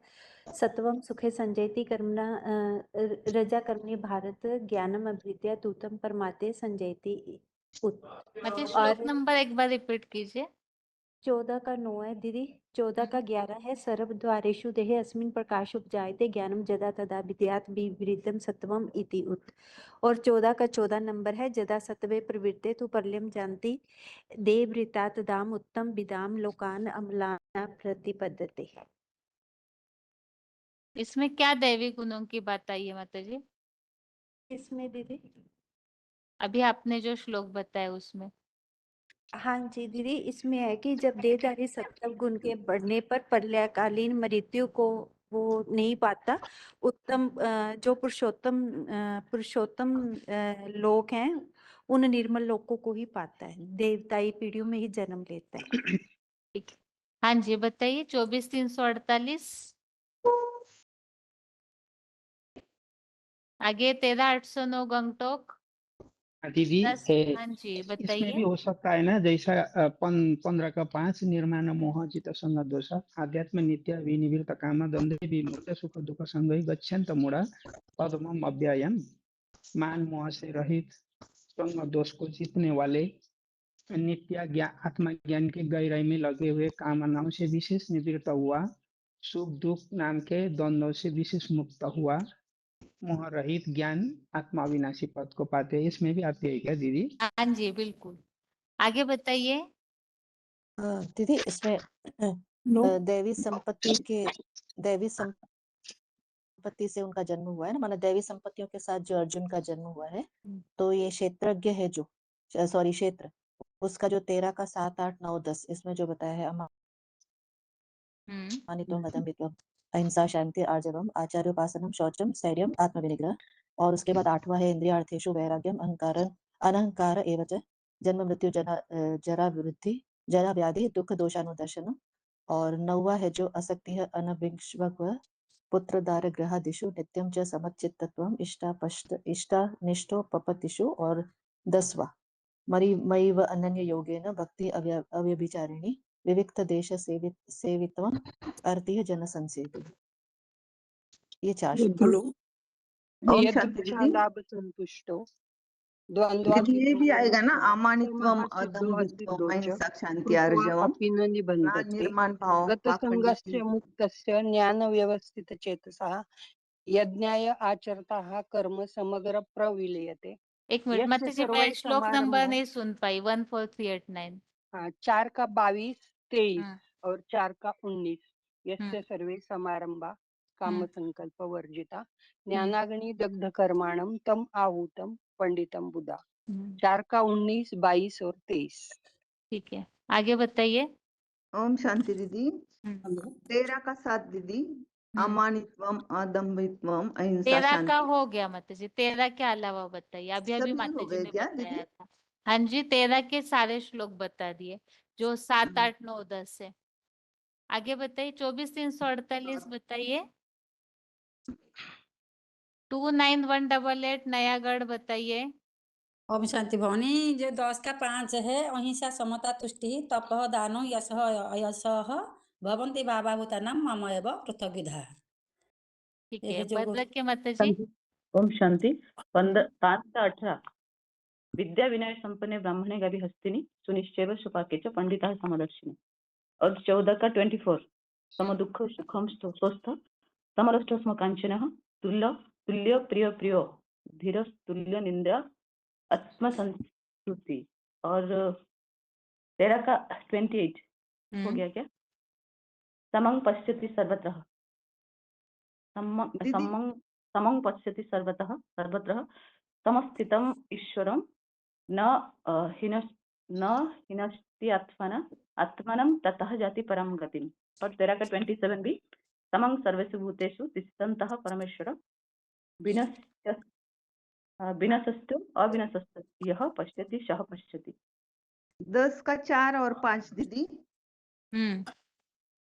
बुद्धि ज्ञानम असमोह क्षमा सत्यम दम शम सुखम दुखम भव अभाव भयम च अभयम एवच। माना निर्णय शक्ति, सारा सृष्टि ज्ञान, निर्मोही भाव, क्षमा भाव, सत्य, इंद्रिय दमन, शांति, सुख दुख में समान, ये जो है भय और अभय में भी है, और सम्मान, किसी को, और 10 का 5 है, किसी को दुख नहीं देना, सभी को समान भाव से देखना, संतोष, सभी माना कोई मिले या न मिले उसमें ही संतोष रहना, संतुष्ट रहना, और तपस्या, दान, यश, अपयश, प्राणियों के अनेक प्रकार के अच्छे बुरे भाव, उसमें भी समान रहना। ठीक है, 5321 बताइए। हेलो, ये है 2 अध्याय का 14 नंबर आएगा। मात्रा स्पर्शास्तु कौन्तेय शीतोष्ण सुख दुखदा आगम अपायनो नित्या नित्याम दीदी मैं दित्तिक्कस्य 16 भारत। का 3 ही बताऊंगी। इसके अलावा ये 2 का 15 में भी आएगा यही। न व्यथयन्ते पुरुषं पुरुषर स्वभ सम दुख सुखम धीरम मैं 16 का कल्पता। 3 में। और दूसरा और एक आएगा, जितात्मनो प्रशांतस्य परमात्मा समाहित शीतोष्ण सुख दुखेषु तथा मानो अपमान है। 17 का 16 में भी है दीदी। हाँ। मन प्रसाद सौम्यत्वम मौनम आत्म विनिग्रह भाव संसिद्धिम इति एतत् तत् मानसम उच्यते। मन की प्रसन्नता, आत्मिक स्थिति, आत्मिक शांत भाव, चंचल मन के संकल्पों से भी सदा मौन, ज्योति बिंदु आत्मा का विशेष संयम, ज्ञान युक्त मन भाव वाले संकल्पों से विशेष शुद्ध हुआ, इतना मानसिक तप कहा जाता है। भोपाल के माता जी बताइए। हाँ, ओम शांति दीदी। दीदी 12वें अध्याय का 13, 14 और 15 ये 3 श्लोकों में भी ये बताया है। अद्वेष्ट सर्वभूतानां मैत्र करुणो एव च निर्ममो निरंकार सम दुख सुख शमी संतुष्ट सतंत योगी यतात्मना दृढ़ निश्चय मई अर्पत मनो बुद्धि यह मद्भक्त समय प्रिय। मतलब इसमें भी यही बताया है कि जो क्रोधी, हिंसक, अहिंसक और भोले सब प्राणियों में जो द्वेष भाव रहित है, जो मित्रता और करुणा भाव वाला है, जो निर्मोही है, जो निरंकारी है, जो सुख दुख में समान है, जो क्षमावान है, जो थोड़े में भी संतोषी है, जो निरंतर योगी है, जो चित्त को वश करने वाला है, जो दृढ़ निश्चयी है, जो मेरे मन में और मन बुद्धि में अर्पण में है, वह भगवान को प्रिय भी है। और ये सारे देवी गुण हैं जिसके कारण वो भगवान को प्रिय है। और फिर है ना, ये भी बताया 12 के 15 में यस्मानो द्विजते मतलब ये लोको लंबा टाइम जाएगा, वो काफी सारे श्लोक है। मेन कोई बातें बताइए, 2 नंबर टोटल बताइए, ऐसे कीजिए। हाँ 12 दीदी 12 का 13, 14 और 15 में तो विशेष बोला है कि जो संसार से परेशान नहीं होता है और जो संसार उससे परेशान नहीं होता है और जिससे संसार परेशान नहीं होता है तो वो भी देवी गुण होता है, तभी वो ऐसा होता है। तो ये भी है कहलाया जाता है। हेलो। हाँ जी बताइए।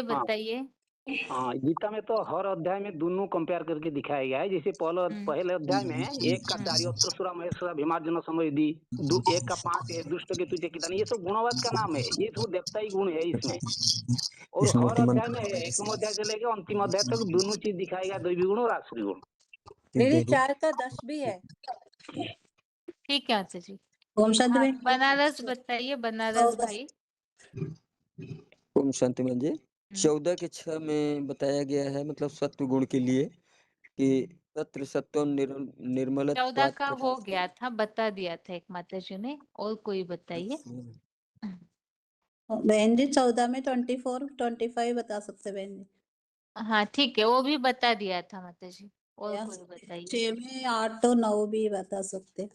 6 में 8, 9 ठीक है। और बताइए। ज्ञान सब बताओ बहन जी। श्लोक नहीं, बस कोई गुण बता दीजिए 2-3। अच्छा, ज्ञान विशेष योग से तृप्त आत्मा शिखर पर स्थिर विशेष कर्मेंद्रियों को भी जीतने वाला, मिट्टी पत्थर स्वर्ण आदि में समान भाव से रहता है योग निष्ठा से। और 9 में बताया स्नेही मित्र शत्रु उदासीन मध्यस्थ द्वेषी व बंधुजनों में साधु और प्राणियों में भी समान बुद्धि वाला विशेष माना गया, माना समान बुद्धि होते हैं। बताइए माता जी 8114। 5 का 23 में भी बताया काम क्रोधो धवम बेगम संयुक्त 5 का 23 में 9 का 20 है दीदी। त्रैविद्या वाम सोमपा पूत पापा यज्ञ इष्टवा सरब गतिम प्रार्थयन्ते ते पुण्य साध्यम सुरिंदर लोकम अश्नंति दिव्यान दिवी देवभोगान। दीदी 15 का 5 भी है निर्माण मोह चित बता संतोष। बता दिया था।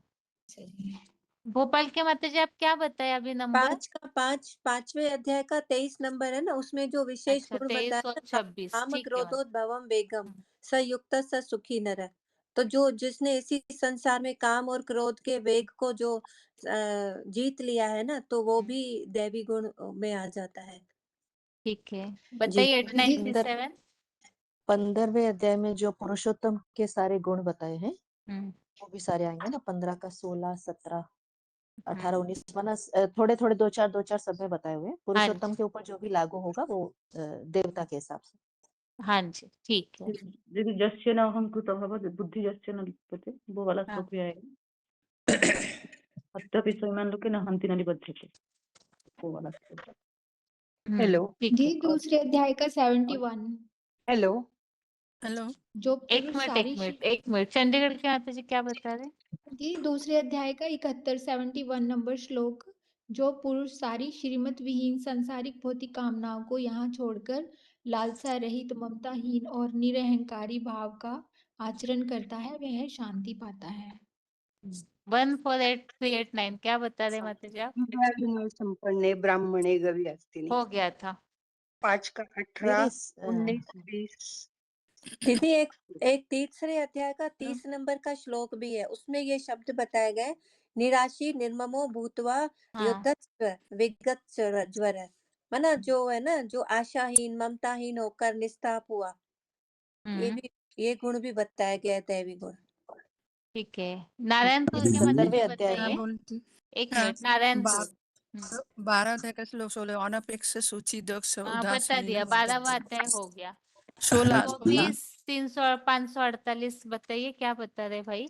49 ରୁ 55 जो 18 अध्याय का ज्ञान निष्ठा का विषय, ये सारे ही दैवी गुणों का बात है। अशक्त बुद्धि सर्वत्र जितत्व विगत निष्कर्म सिद्धि परमा सन्यासीनो अधिगच्छति सिद्धि प्राप्त यथा ब्रह्म तथा पुनति निबद्ध में समासेन कौन्तेय निष्ठा ज्ञान सजपरा बुधया विशुद्धया युक्त धृतात्मन नियमस्स शब्दादि विषयांतक्ता राग दोष बुधस्स विवेकता से भी लघ्वासी जत्वा का मानसा ध्यान योग परंगित वैराग्य संप्रसित अहंकार बलदर्प काम क्रोध परिग्रह विमुच निर्मल शांति ब्रह्म भूया कल्पते गीता याद है क्या पूरी आपको?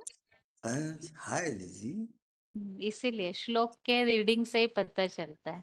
अच्छा जी ठीक है श्लोक नंबर कहाँ से कहाँ तक बताए एक बार रिपीट कीजिए नंबर। हाँ 49 से 55 49 से 55 हाँ ठीक है। आगे बताइए और कौन बता रहे थे? 70वें अध्याय में जो भी आहार यज्ञ तप और दान, ये जो सारे सात्विक के उसमें आएंगे ना लिस्ट में, वो सारे इसमें मतलब कौन सा बताया?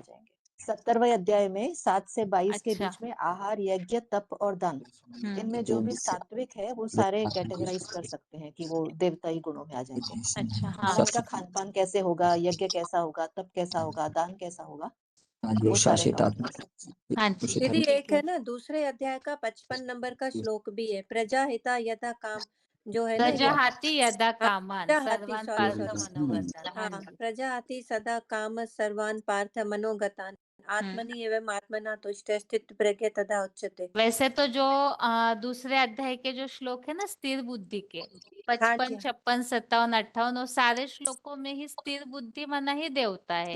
गीता का ज्ञानी देवता बनने का है ना, तो स्थिर बुद्धि के जो भी श्लोक है वो सारे ही।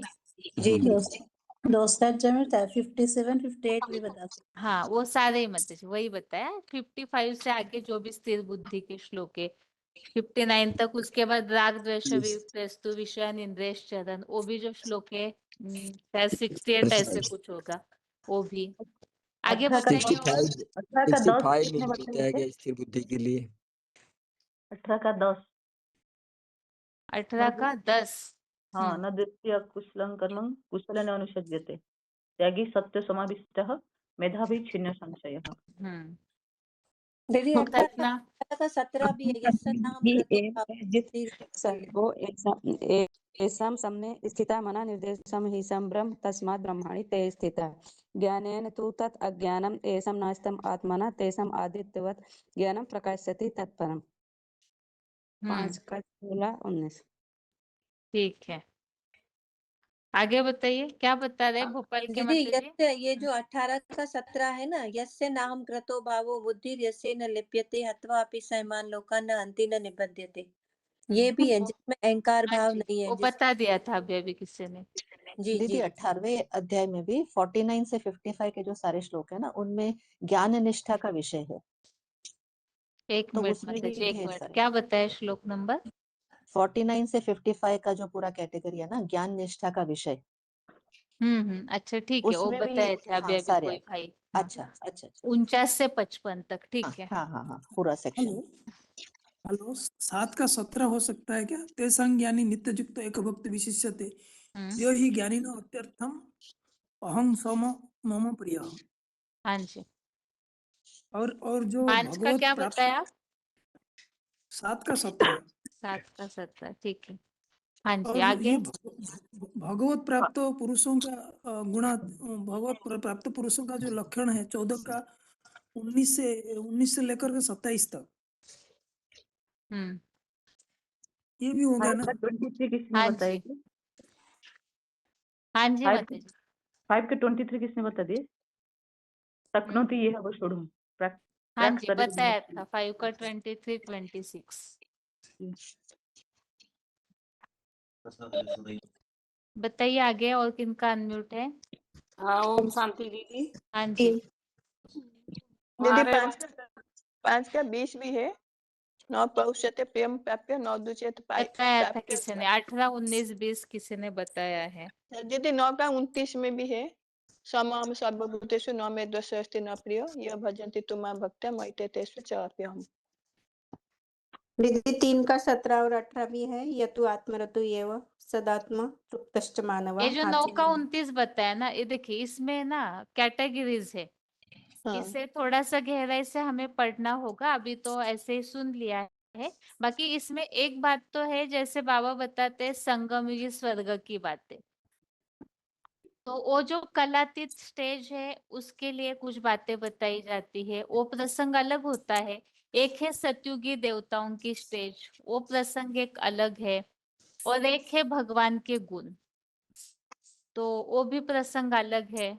तो भगवान के गुणों से संबंधित जो बातें आती है तो उसे थोड़ा अलग से करना होगा, जो हमें किसी को भी बताने में सुविधा हो और बुद्धि में भी रहे वो सारे श्लोक।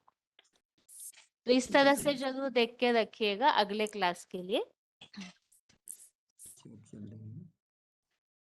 अभी जिनके भी फोन अनम्यूट है तो उन्हीं से ही प्रश्न पूछा जा रहा है। इसके पीछे एक क्लास में पूछा गया था कि जैसे अभी जो सिस्टम चल रहा है गीता क्लास में, प्रश्नों का जो भी टॉपिक्स को लेकर के प्रश्न पूछे जाते हैं, तो ऐसा कोई टॉपिक आपके में से किसी को लग रहा है जिसपे प्रश्न नहीं पूछे जा रहे हैं, या तो टॉपिक कभी डिस्कस नहीं किया है?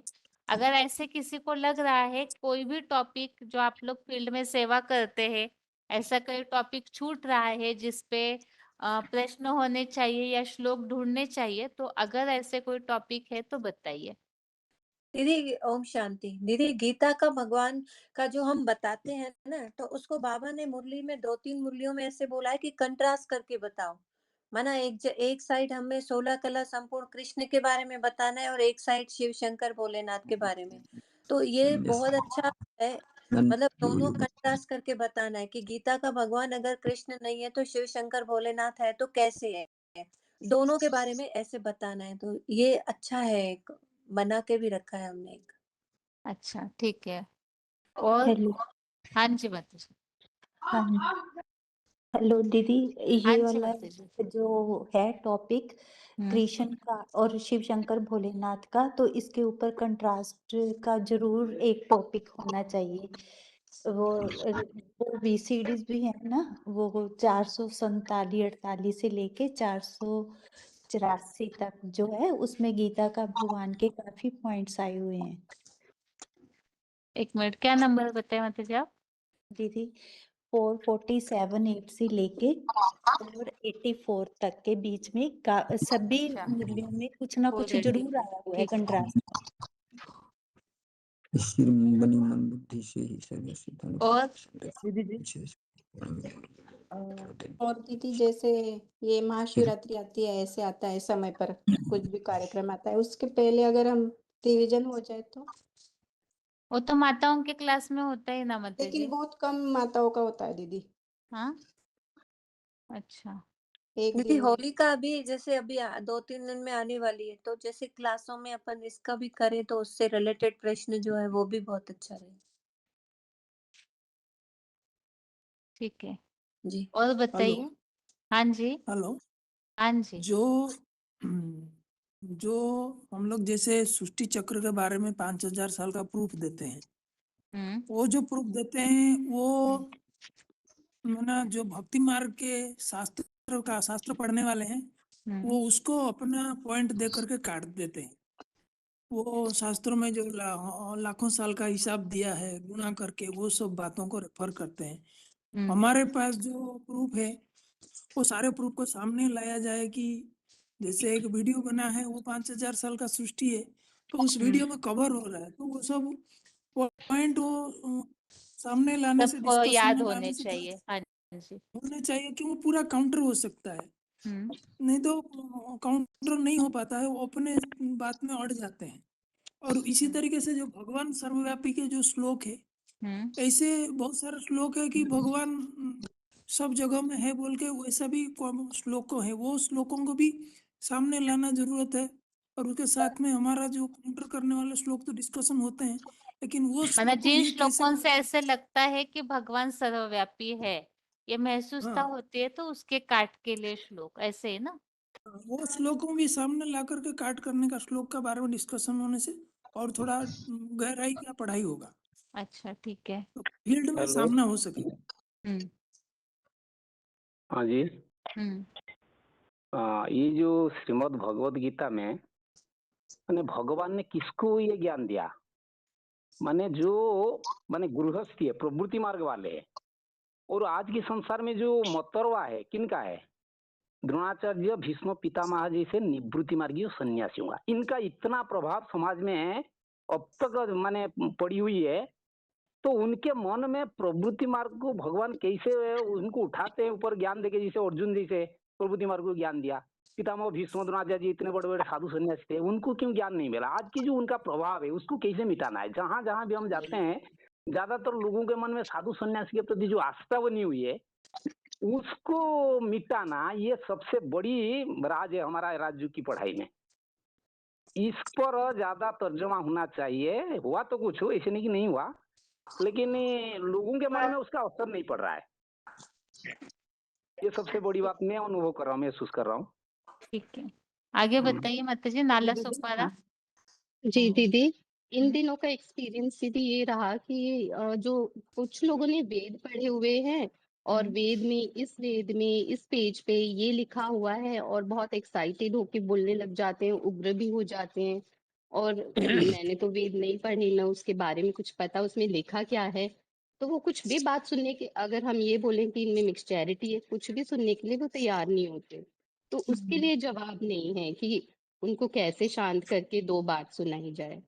वैसे जहां तक हमें भी पूरी जानकारी तो नहीं है वेदों की, लेकिन इतना सुना है कि जैसे वेदों में जैसे पहले पुराने जमाने में राजाओं को पढ़ाए जाते थे ना वेद गुरुकुलों में, तो राजाई की शिक्षा, या जैसे बाबा ने एक जगह बोला है ना सामवेद मना संगीत, तो ऐसी तरह की बातें बताई। और गीता में जो है मनुष्य जीवन के परिवर्तन की बातें हैं। बाकी इसमें तो वेदों के लिए एक बार मुरलियों में ढूंढना पड़ेगा कि बाबा मुरलियों में क्या बताते, या जो बाबा का शोध ग्रंथ है उसमें भी वेदों के बारे में काफी सारी बातें बताई हुई है, उसमें भी देखना पड़ेगा। दीदी इसमें मुझे भी अगर हम पूछना ये था। अगर हम ये प्रूव कर दें कि गीता सबसे पहला शास्त्र था, तो शायद उसके ऊपर हमको हेल्प मिल सकता है, माना फिर हम सात्विक शास्त्र को ही उठाएंगे ना, वेद तो बाद में आए हैं, तो बाद में आने वालों में मिक्सचैरिटी हो सकती है, लेकिन गीता में तो उस बात के लिए, लेकिन वही बात है कि पहले सिद्ध करना पड़ेगा, क्योंकि वो लोग तो बोलते हैं कि भगवत गीता संस्कृत में है, और उसके पहले वो पाली प्राकृत भाषा है, तो वेद उस भाषा में है, और गीता जो है संस्कृत में है, तो इसका मतलब है वेद पहले आए हैं, उनका ऐसा रहता है। तो अच्छा। इसको हम कैसे काट सकते हैं, माना संस्कृत बाद में आई है, ये बाबा भी बोलते हैं कि संस्कृत बाद में सुधारी हुई भाषा है, पहले पाली प्राकृत थे, तो वेद जो है वो पाली प्राकृत भाषा में है। तो वो जानते हैं कि वेद पहले थे, तो उसके ऊपर हमको वो देना चाहिए इम्पोर्टेंस, लेकिन हम गीता को देते हैं। तो अगर गीता पहले निकली है, इस बात को हम सिद्ध कर दें, तो शायद इसमें मदद मिल सकती है। हेलो दीदी, ये जो आर्य समाजी वाले हैं ना, वो कभी नहीं मानते हैं कि माने गीता पहले है। वेद को ही पहले मानते हैं, हमारे भी सामने वो दीदी है। वेद को ही पहले, क्योंकि मेरी एक बहन है, छोटी बहन, वो आर्य समाज में चल रही है। वो तो एकदम युक्ति से काट देती है कि क्या क्या, वो तो उल्टा पुल्टा ज्ञान सारे समझ रहे हैं, और वो कहते हैं कि वेद ही पहले है। और ये क्योंकि देखिए सबसे बड़ी, वेदों में ना गीता की बात नहीं आई है, लेकिन गीता में वेदों की बात आई है। हाँ, तो और ये ये बात हो जाती है ना। सबसे बड़ी समस्या ये हो जाता है हमारे लिए कि भगवान अभी आए हैं, ये प्रूव करना, ये तो जो होगा पूछना, कृष्ण आया था, ये सब, ये जी पहले सही होना है चाहिए कि भगवान अभी आते हैं।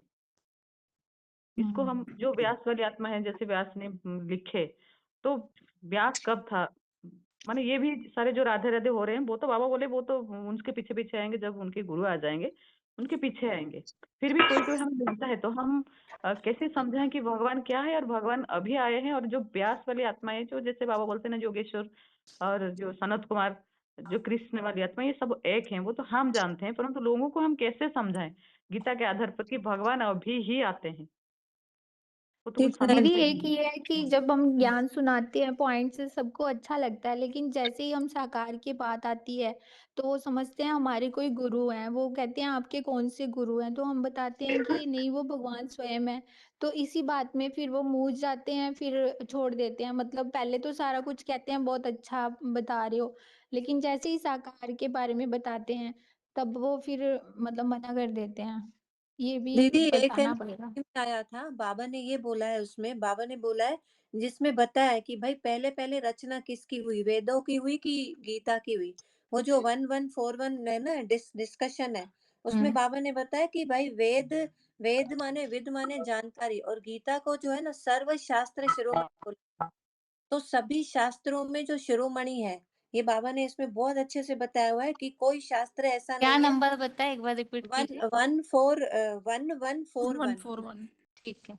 1141 इसमें बहुत अच्छा बताया है कि विद माने जानकारी, शास्त्र उसे कहा जाता है जो शासन करते हैं, और ठीक है शासन तो इसको सुन लेंगे, नहीं पढ़ी अभी, एक्चुअली ना क्लास टाइम हो रहा है पूरा, जी इसीलिए। दीदी। ठीक है, एक गुणमयी और गिफ्ट दीदी करें वो। 1759 में भी बताया, डिस्कशन 1759 में भी वेद और 1759 ठीक है। हाँ जिन्होंने भी नंबर सुना होगा तो आप लोग सुन लीजिएगा इसे।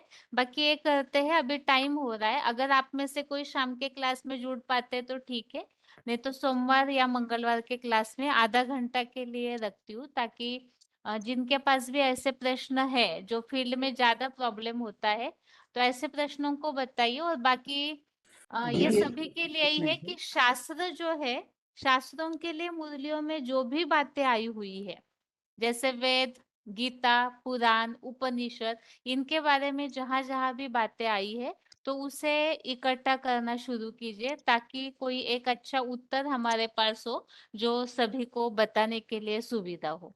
तो जी जी सभी सुनते रहिए, मुरलियों में से कुछ नंबर हम बता देंगे जहां जहां ऐसे शास्त्रों के बारे में बोला है, ताकि उससे उत्तर ढूंढने में सुविधा हो सभी को। दीदी माता जैसे जी हम अभी अभी नहीं, हम रुका रहे आपको भी। आपका सभी का फोन अपना अपना म्यूट कर लीजिएगा। आज के लिए गीता क्लास यहाँ ही पूरा करते हैं। हमारा क्लास लंबा होने से आगे के क्लास में शेड्यूल में प्रॉब्लम हो जाता है, इसीलिए जी क्लास यहाँ ही पूरा कर रहे हैं। ओम शांति। दोबारा ये डिस्कशन करेंगे, आज के लिए तो रुकना होगा।